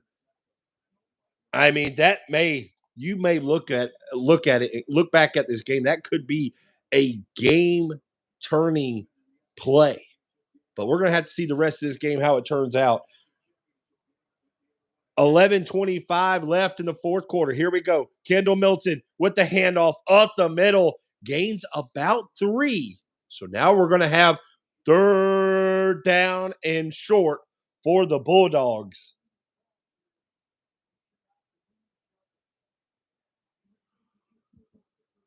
Alabama's offense is choking. The defense is giving them hope. Yeah. But you keep going 3 and out. That's going to put a lot of strain on that defense, though.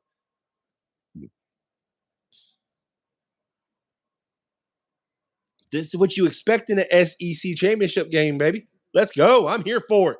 We're all here for it. Shotgun formation. There's the snap. Play action. Beck looking over, and he's got his man incomplete, but it's going to be 2 flags on the play. Arnold, who's been a little handsy this second half, might have got a little too handsy on that throw. And Georgia, been wanting a break all night. They get it right here. Let's see. He grabbed him on the top of his shoulder. Just a little bit. Arnold, Terry Arnold knew. He looked up. Yeah, I got him. But it's fine. I mean, 10:36 left in the fourth quarter. If he would have called it, it would have been right there at it. So Georgia in the red zone. Ball at the 16. Bowers in motion. Beck making a check at the line.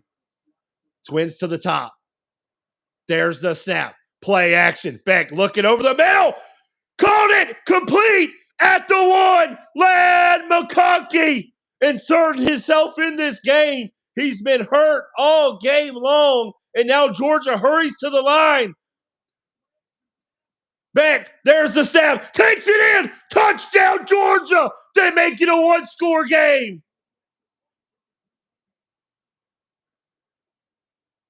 Beck punches it in from 1 yard out after the 15-yard pickup from Beck to McConkey. Beck, quarterback sneak, easy touchdown, and the Bulldogs are barking in the fourth quarter.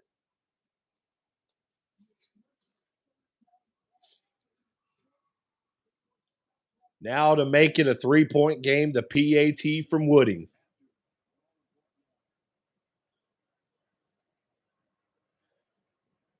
There's the snap.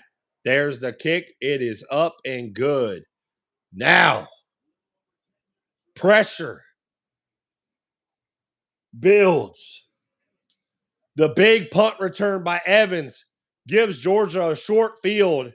Beck makes Alabama pay and makes it a 1-score game. Georgia still down by 3. Alabama with a 20-17 lead. Now Milroe and company with 10 minutes and 16 seconds left in the fourth quarter needs to do something on offense. This offense has been sputtering in the second half.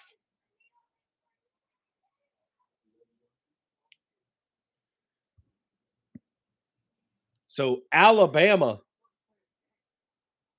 if you look, when they got the ball after Georgia's turn, after this, as the second half began, Alabama 3 plays punt. Alabama 8 plays punt. They had 4 plays, 1 yard. They got a field goal. Only reason why they got that is because Georgia fumbled the ball deep in Alabama territory. But then you have Alabama 3 plays, punt. So Alabama's offense has absolutely done nothing in the second half. Can Milroe come up, step up to the challenge? You need points. You need to sustain a drive longer than just 2 minutes.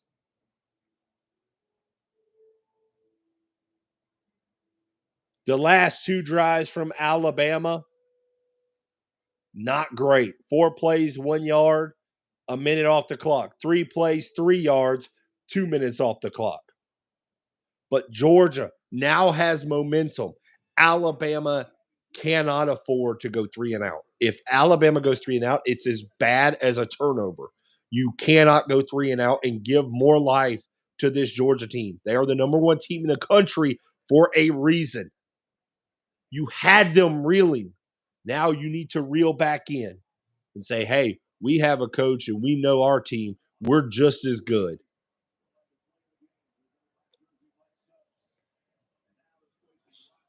Says, here comes the turnover. Oh, wow. Calling for a turnover. Usually whenever something goes like this, where it starts to, all the momentum pushes to one side, stuff like that can happen. Alabama can't play UGA like Auburn. No.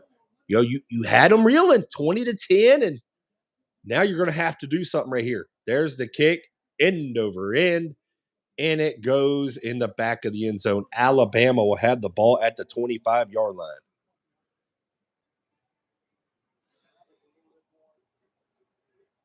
Pressure on Alabama's offense. I mean, really, this Alabama offense has done nothing in the second half. I mean, really, it's been nothing.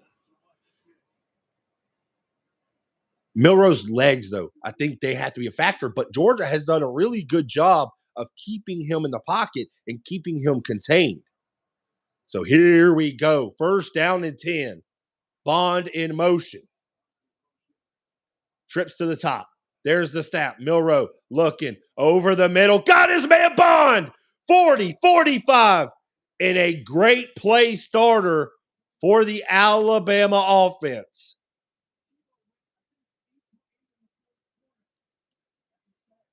That's a great drive starter. What Alabama has needed this entire second half. Ball at the 46. Shotgun formation. There's the snap. Milroe going to hand it off up the middle and close to a 1st down. Roydell Williams now in Georgia territory. I think it's going to be 2nd down and 1. Wow, a huge gaping hole.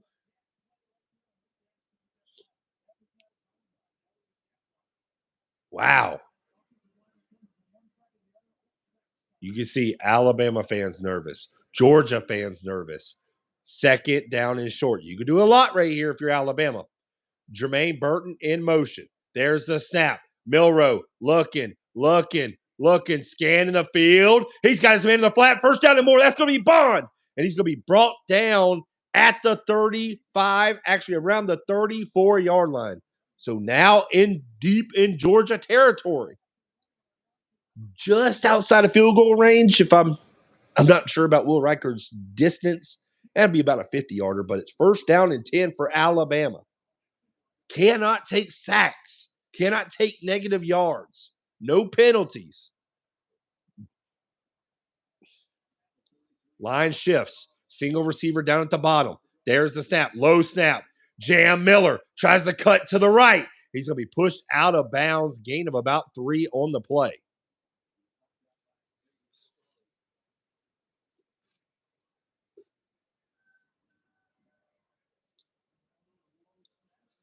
These snaps for Alabama has been really low.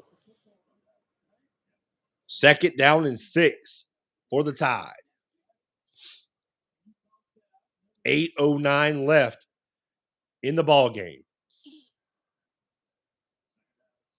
Ball at the 30.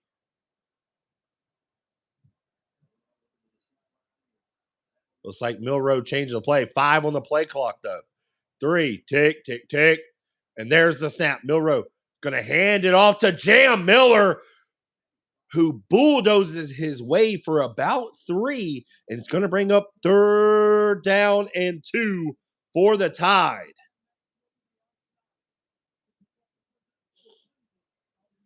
Here we go. Ball at the 25.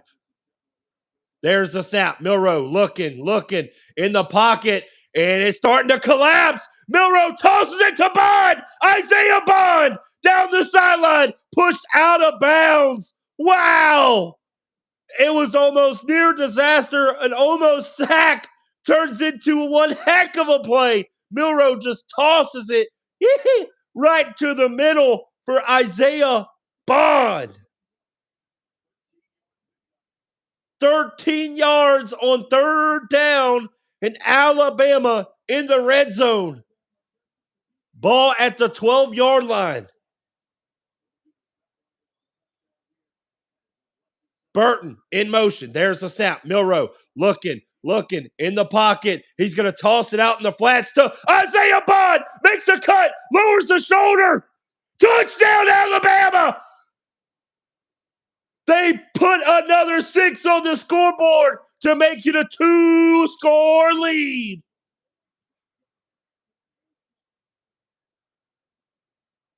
Georgia's defense, which has stepped up all game long, just couldn't get it done at the end. Oh, he may be short. He may be short. Let's see. I think he may be short.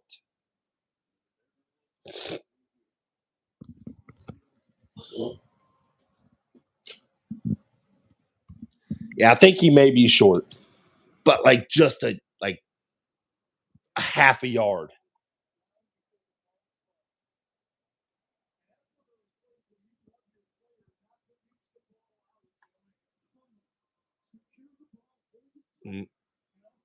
Remember at the beginning of the season, we say Milroe isn't that good. Now we are starting to see his talent. I'll be honest with you, he hasn't really done much in the second half. I mean, he did something right here on this final drive, but he had to, man. He was looking like absolute doo-doo for most of the second. I mean, he played. I mean, you can see he's inconsistent. There's been throws where he's just absolutely missed. But I mean, I wouldn't say. I mean, oh, here we go. Yeah, he was short of the line to gain. I mean, I'm not going to say like Milroe has stepped up on this drive, but for most of this game, especially the second half, it's looked bad. But right here, what he's learned to do is just check it down. His offensive line is giving him time. Really, they've gave him time for most of the time. He's just taking unnecessary sacks. He sits back there way too long. And sometimes he'll take like a 13-yard sack. It's like, all right, like get rid of it.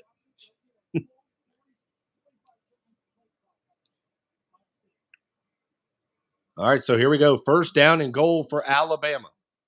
This is where you just go power. You go strength on strength. Yeah, it all went to Isaiah Bond. That dude, something special. Here we go. Strength on strength. There's the snap. Up the middle. Not sure if he even got in. I don't know how much of a push they got. Did not get it. Got about halfway there.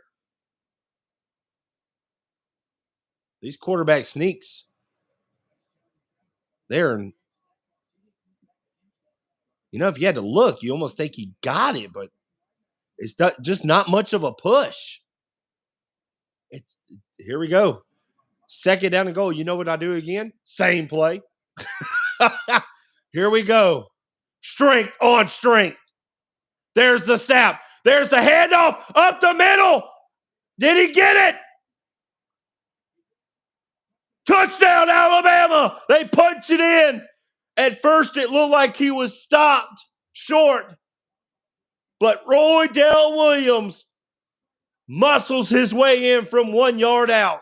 Right there, it looked like they had him, but he got it done and broke the plane. Alabama now with a 2-score lead over the Georgia Bulldogs, and Georgia's winning streak, their national championship hopes hang in the balance.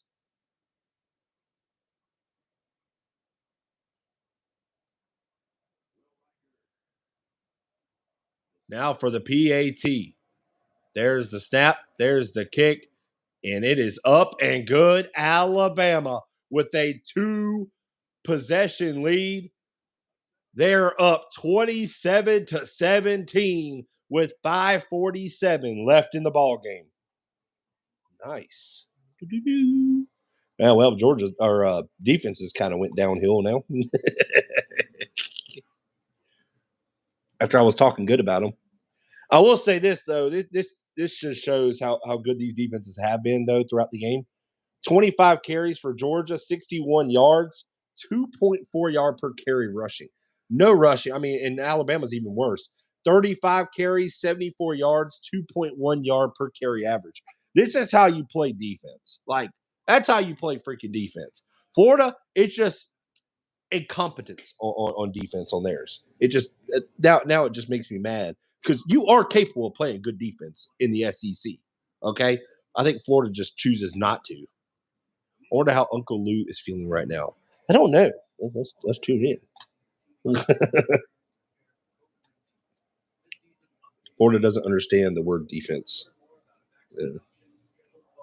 No, that's why in defense they spell it just defense, no D.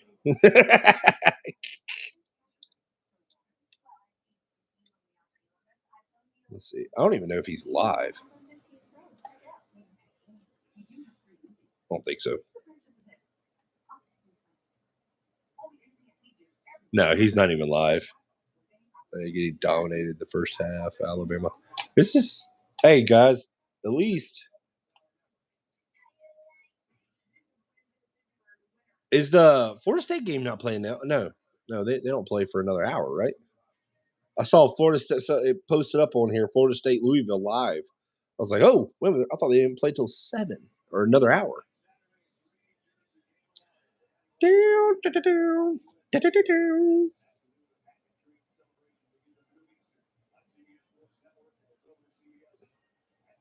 Let's see. All right. Checking everything. All right. So Alabama taking a 2-possession lead. Georgia down by 10 with a little bit over 5 minutes remaining. It may be a little too late for Georgia right now. Do you like Armstrong over Grantham? I don't like neither one of them.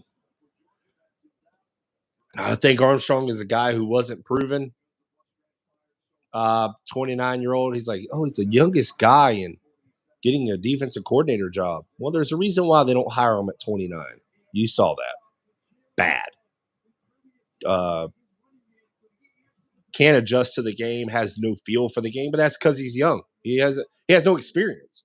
And Florida can't hire anybody with experience is pathetic. It just really is. Florida should be able to hire anybody they want that's in the open market because the money is right. Florida can pay the money. All right, so here we go. First down and 10, ball at the 25 for Georgia. There's the snap. Beck looking over the middle. He's got Bowers over the middle and a gain of 9 on the play. Remember, the clock does not stop on first downs until the last 2 minutes of the game. So right now, Georgia is going to have problems, trying to score quickly. So second down and 1. There's the snap. Beck looking to his right, throws to his right. It's going to be incomplete. His intended target, Rosemy Jackson. 5:22 left in the ball game.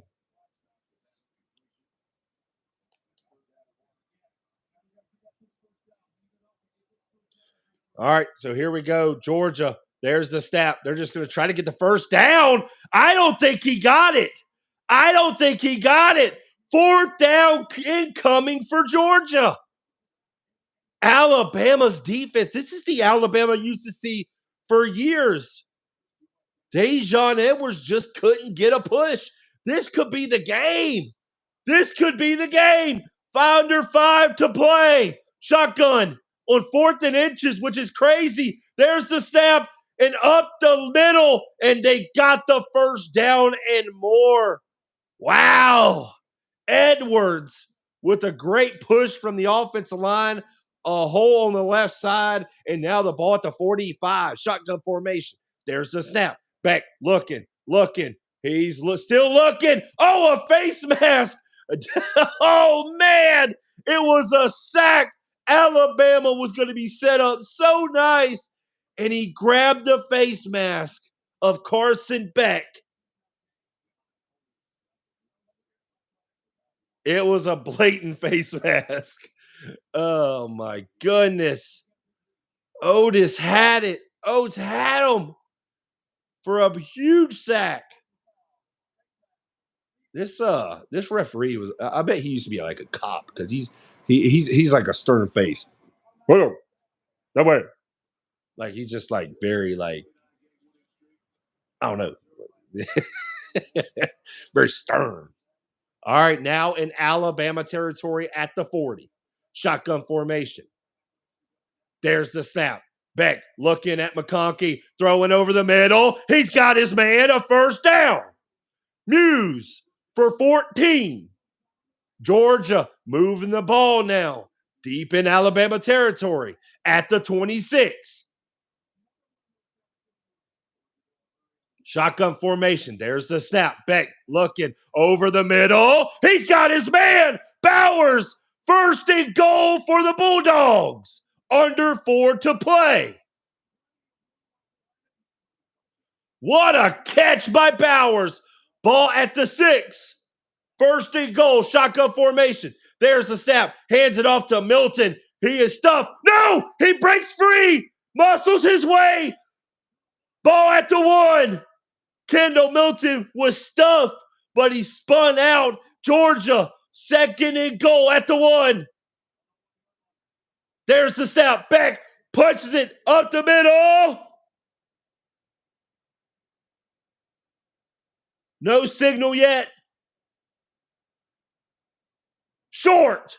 They mark him short. And looks like that is a correct call. Beck did not get the line, did not break the plane. Third down and goal for the Bulldogs. Shotgun formation, trips to the top. There's the snap. Beck hands it off. I don't think he got it. He didn't get it. He didn't get it. Fourth and goal. 2:52 left to play. Big decision right here. Do you kick the field goal to go one score? Wow. Alabama's defense stepping up big time. Wow. My issue with this, I would be losing my mind if I'm a Georgia fan. You're going shotgun formation on 4th and inch or on 2nd and inches. I have a huge problem with that. Wow. Power football, ladies and gentlemen. Wow. Here we go. I mean, really, if you're Georgia, you have to go for this because you know you're going to need a field goal too. And Georgia used the timeout. This is the Kevin Steele's defense I like to see when he was at Auburn. Love it, dude. All right. This is ball game. If they don't get it here, this is ball game. Wow. 2:54 left in the ball game. 4th and goal. Here we go. Strength on strength. I formation.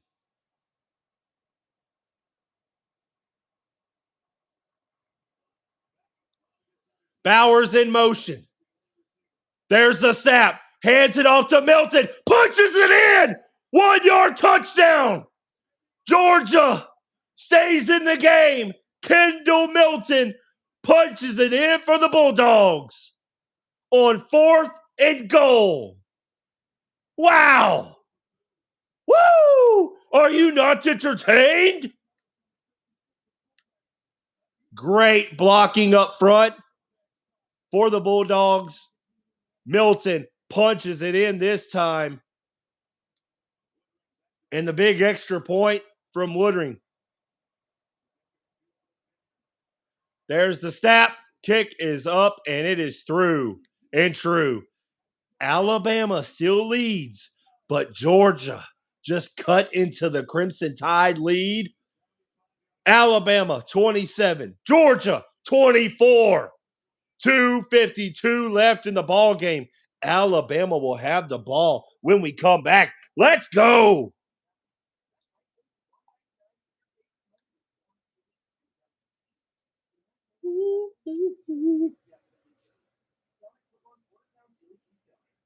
All right. Okay, let's see what we got here. I mean, heck of a drive. Needed some big plays. Georgia got it. That's why, listen, that's why they're back-to-back national champions, because they got guys that's been there, experienced players, got it done in crunch time. Kendall Milton, though, 2 touchdowns, but he's had to work for them. 13 carries for 43 yards. There's no room usually have been all game long for these running backs. Right now, Alabama has an 80 or no. Well, it did have a 98% chance to win the game or prediction, but now it's at 86. Oh, man. Time of possession almost dang near right down the middle. 28 minutes, 51 seconds for Georgia. 28 minutes, 17 seconds for Alabama. First downs, 18 for Alabama, 19 for Georgia. That one turnover looms large, though, for Georgia. 2 plays stick out. Was it a catch by Isaiah Bond on 4th down? Well, they didn't review it, and they ended up scoring a touchdown. You can say that could be like a 10-point swing. But the careless mistake by the Georgia offense, giving Alabama a free 3 points. There's some plays that you look at like, oh, for Georgia.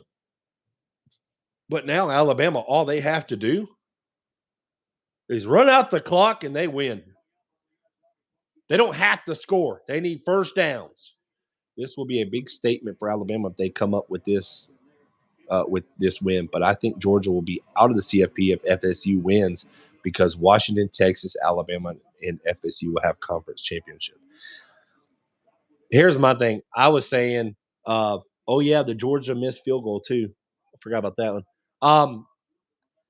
I was saying if Georgia wins or if they lose close, they could still put them in. I don't know.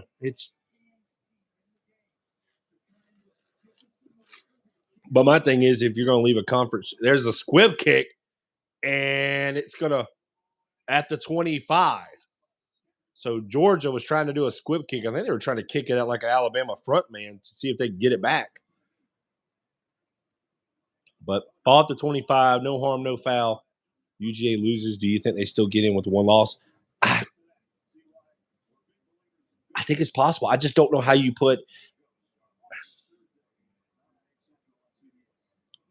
one of these teams are going to be in it. I don't know how you could leave an SEC team out whenever that's, the best conference.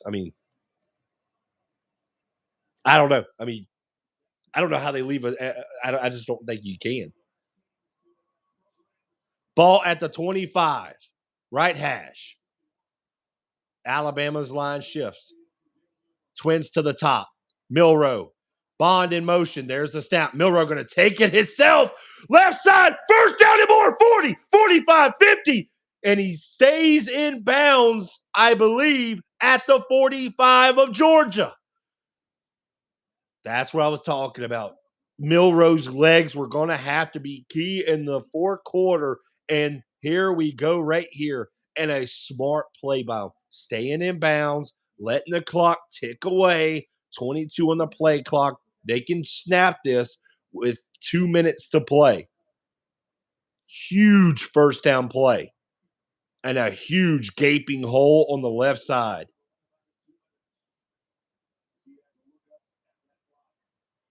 So ball at the Georgia 45. There's the snap. Williams up the middle. Gain of a couple on the play. And does Georgia start using their timeouts? And I think they do. They use it right here. They have one left. Alabama, Texas, Washington, FSU is my picks in the CFP. Yeah, I mean, I couldn't argue that. Alabama will be the SEC championship if they win it. Texas won their Big 12. Washington won the Pac-12. FSU, if they win the ACC.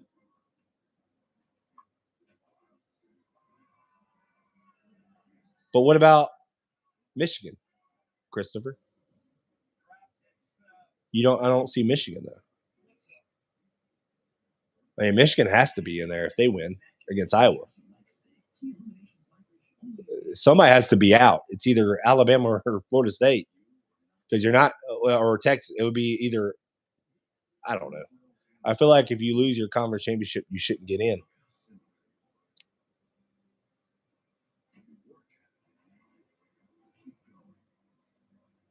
I agree. I can't argue that. Michigan, yes, I forgot. So who do you put in? Who do you take out?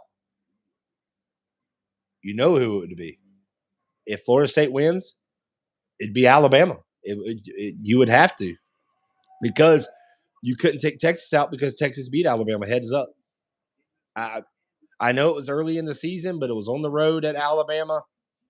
Yeah, exactly. That's like I said, this game right here, if Alabama wins, it screws everything up, but I love it. Here we go. 2nd down and 8, a minute 57 left in the fourth quarter. Georgia has one timeout. If Alabama gets a first down, it's over pretty much. Isaiah Bond in motion. There's the snap. Milroe cuts it up to the middle.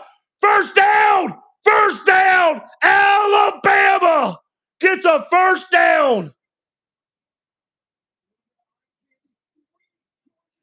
Wow. I think he fumbled. He did. He fumbled the ball, but luckily he recovered it back. Wow.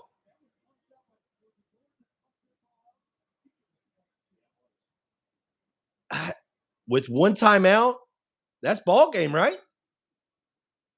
Well, I don't know. I can't do the. Hold on. There's the snap. Williams up the middle, and he's going to be stuffed for a short gain.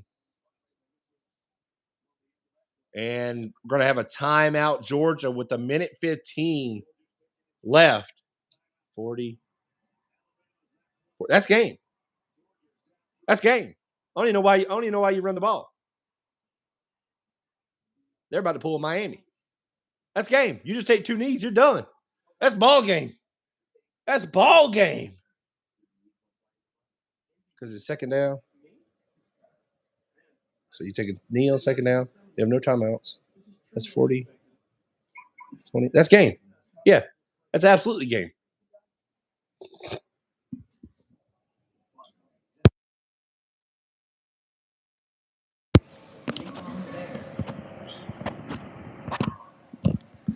That's game, right? Or my math is my math and not math.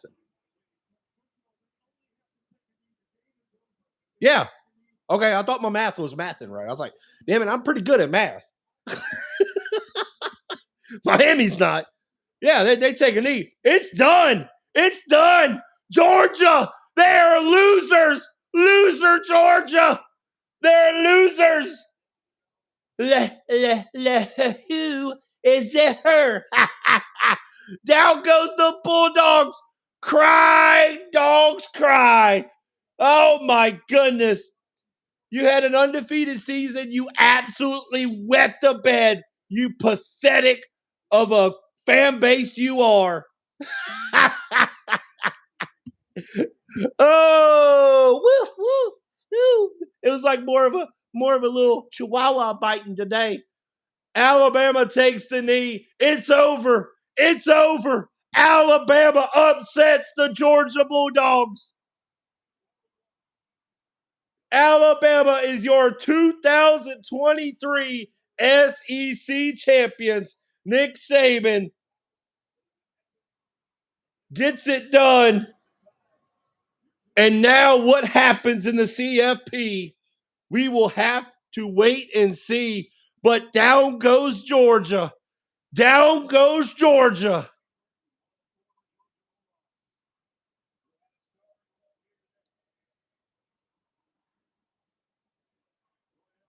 All that barking.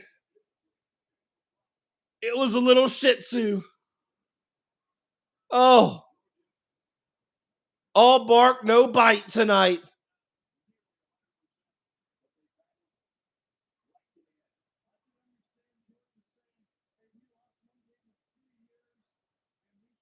Let's see.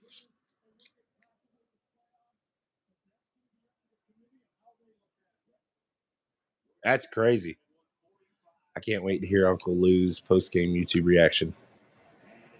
Absolutely insane. Oh, of course, I'm going to make fun of Georgia. 100%. There's no ifs, ands, or buts about that. Bark, bark tonight. Let's see. The downfall of Georgia football begins. 1 Michigan, 2 Washington, 3 FSU, 4 Texas. See, I think the fourth one's going to be the I don't know. And I know you would have to put Texas because they're the Big 12 champions, but it's also the Big 12. So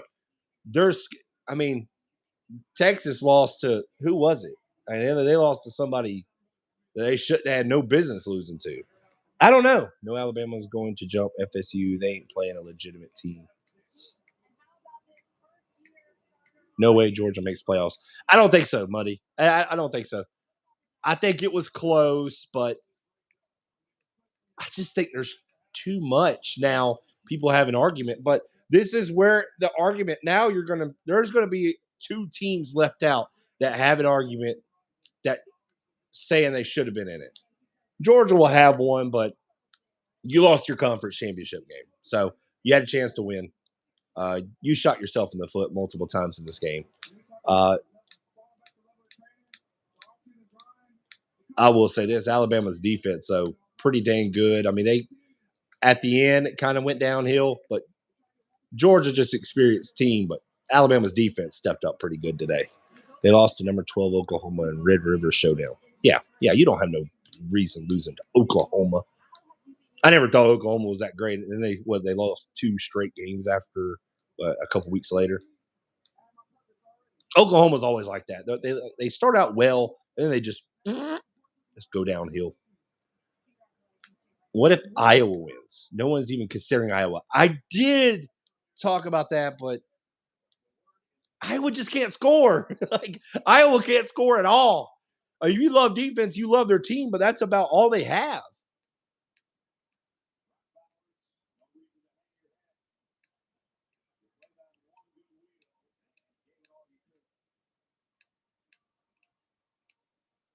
But I don't know what you do now. I think you still have to wait for everything to go. You have to wait for Florida State to play. You have to wait for Michigan to play, and then see who gets in. Iowa ain't winning. Reminder, Iowa has a top 10 D and loves to waste clock. Man, they do have a good defense, but they just can't score. They can't. Michigan has a good defense, though, too. Let's see. Is that it for Bowers, you think? Or no, he'll be gone. No, he's a first rounder, top 10, possibly top 5-ish, maybe at the 5.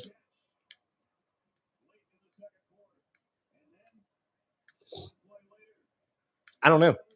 Interesting. Alabama over FSU all day. Oh, yeah. Who would be the better team? FSU would not, even if they win. But they would be the conference champions. It's like, how do you leave them out? I don't know. But if you just want to put Alabama over Texas, then. But the committee is hoping Florida State loses. That's what exactly they're hoping right now, to make their job easy.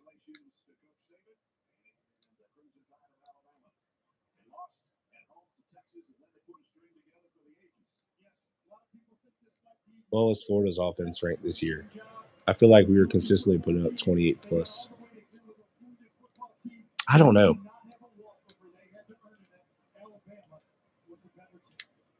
Yeah, Alabama was a better team. Their defense was really that's the Alabama defense I remember seeing for years. I know they gave up a couple of late touchdowns, but I mean they were. But Georgia was having to go for it on fourth down twice on the last drive. So, wow, here we go. Now controversy builds. What happens now? Love it. Love it. Down goes the Bulldogs. Sick 'em. Little bitty old bark. Let's be real. Georgia's probably going to make the playoffs because of their money grab 8th. I don't know.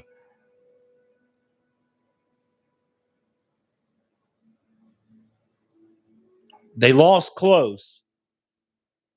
I don't know. Interesting.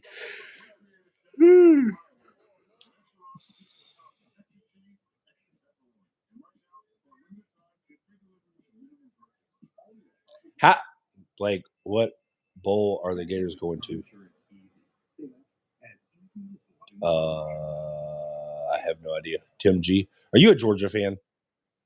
Also, Georgia's first right in CFP. Also, they lost to Bama in the SEC championship. I don't think they're undefeated teams that year. I don't know.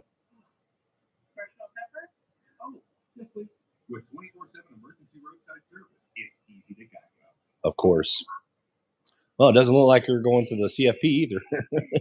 So, meaningless bowl game. I guess both teams are going for that, ain't they? Like the Grinch. Oh my goodness, so salty. Let me get my thing of salt so I can just pour it on there. So salty.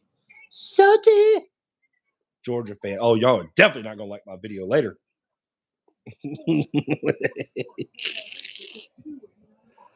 Where's Daniel? That's who I want to talk to. When does the Florida State game start though? Seriously. 7. Okay, so about 30 minutes away. We going to the off-season bowl. Yeah, we're going to the 6-6. What we're gonna get, the Arm and Hammer Bowl? Oh God. Oh. Hey, doesn't matter if you're 12-1 or 5-7. Neither one of us going to the playoffs. It looks like we could still get in a bowl game if a team backs out of a bowl. Man, stop. I don't even. I mean, there's a ton of 5-7 teams I'd pick over Florida. I guarantee you that. Wow. All right. This was fun. I had a blast. I'll make some YouTube clips of some of the plays. Great game. Great defense by both teams. But Alabama was just the better team. They outcoached Alabama easily. See, we got to break it to Fort Knox to get more NIL money. No, yeah, I know. But that was a great game by two teams. But that was awesome. Man, this game made me think what could have been for if Isaiah Bond was a Gator. You probably wouldn't know who he was. He wouldn't be able to catch the ball. Offensive. Have you seen how bad the offensive line was? But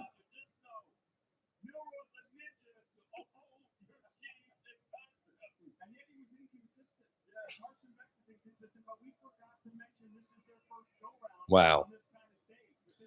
They're talking about it, but all right, guys. Well, I'm gonna get to making my videos. Got the Alabama, then I got the Florida State game. I'm just gonna watch that one. I ain't gonna go live on that one. I'm gonna watch it because I can't stand Florida State too. But Georgia just got beat. Could Florida State get upset? Would it be an upset? I don't know. I don't even know who's. Let's see. The game turned on a turnover and an invisible horse collar call. I feel like Georgia messed up when they didn't call timeout for the Isaiah Bond. Was it a catch? I think it would have been reversed. I don't think it would have been a catch, but Kirby Smart did not do that. I think he should have called timeout The careless fumble deep in their own territory was a mistake.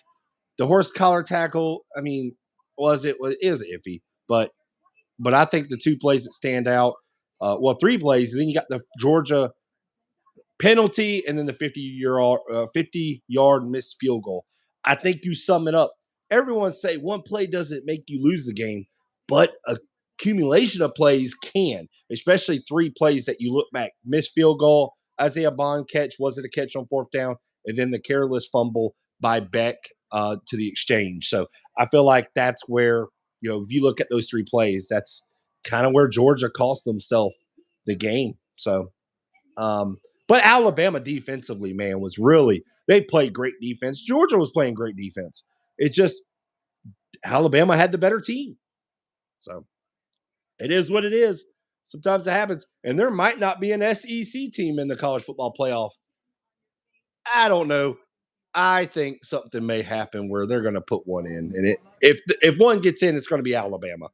So, all right, guys. Well, as always, I appreciate y'all watching. Don't forget to hit the like button. Don't forget to hit the subscribe button.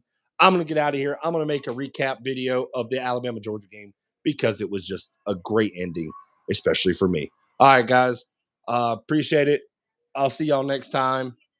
Go Gators, but Florida won't have a bowl. No, the only bowl they're going to have is probably the ramen noodles they're going to put into the bowl while they eat it, while they watch everybody else play a bowl game. That's it. I'm not going to make fun of Florida anymore. Bye, guys. Y'all have a good one.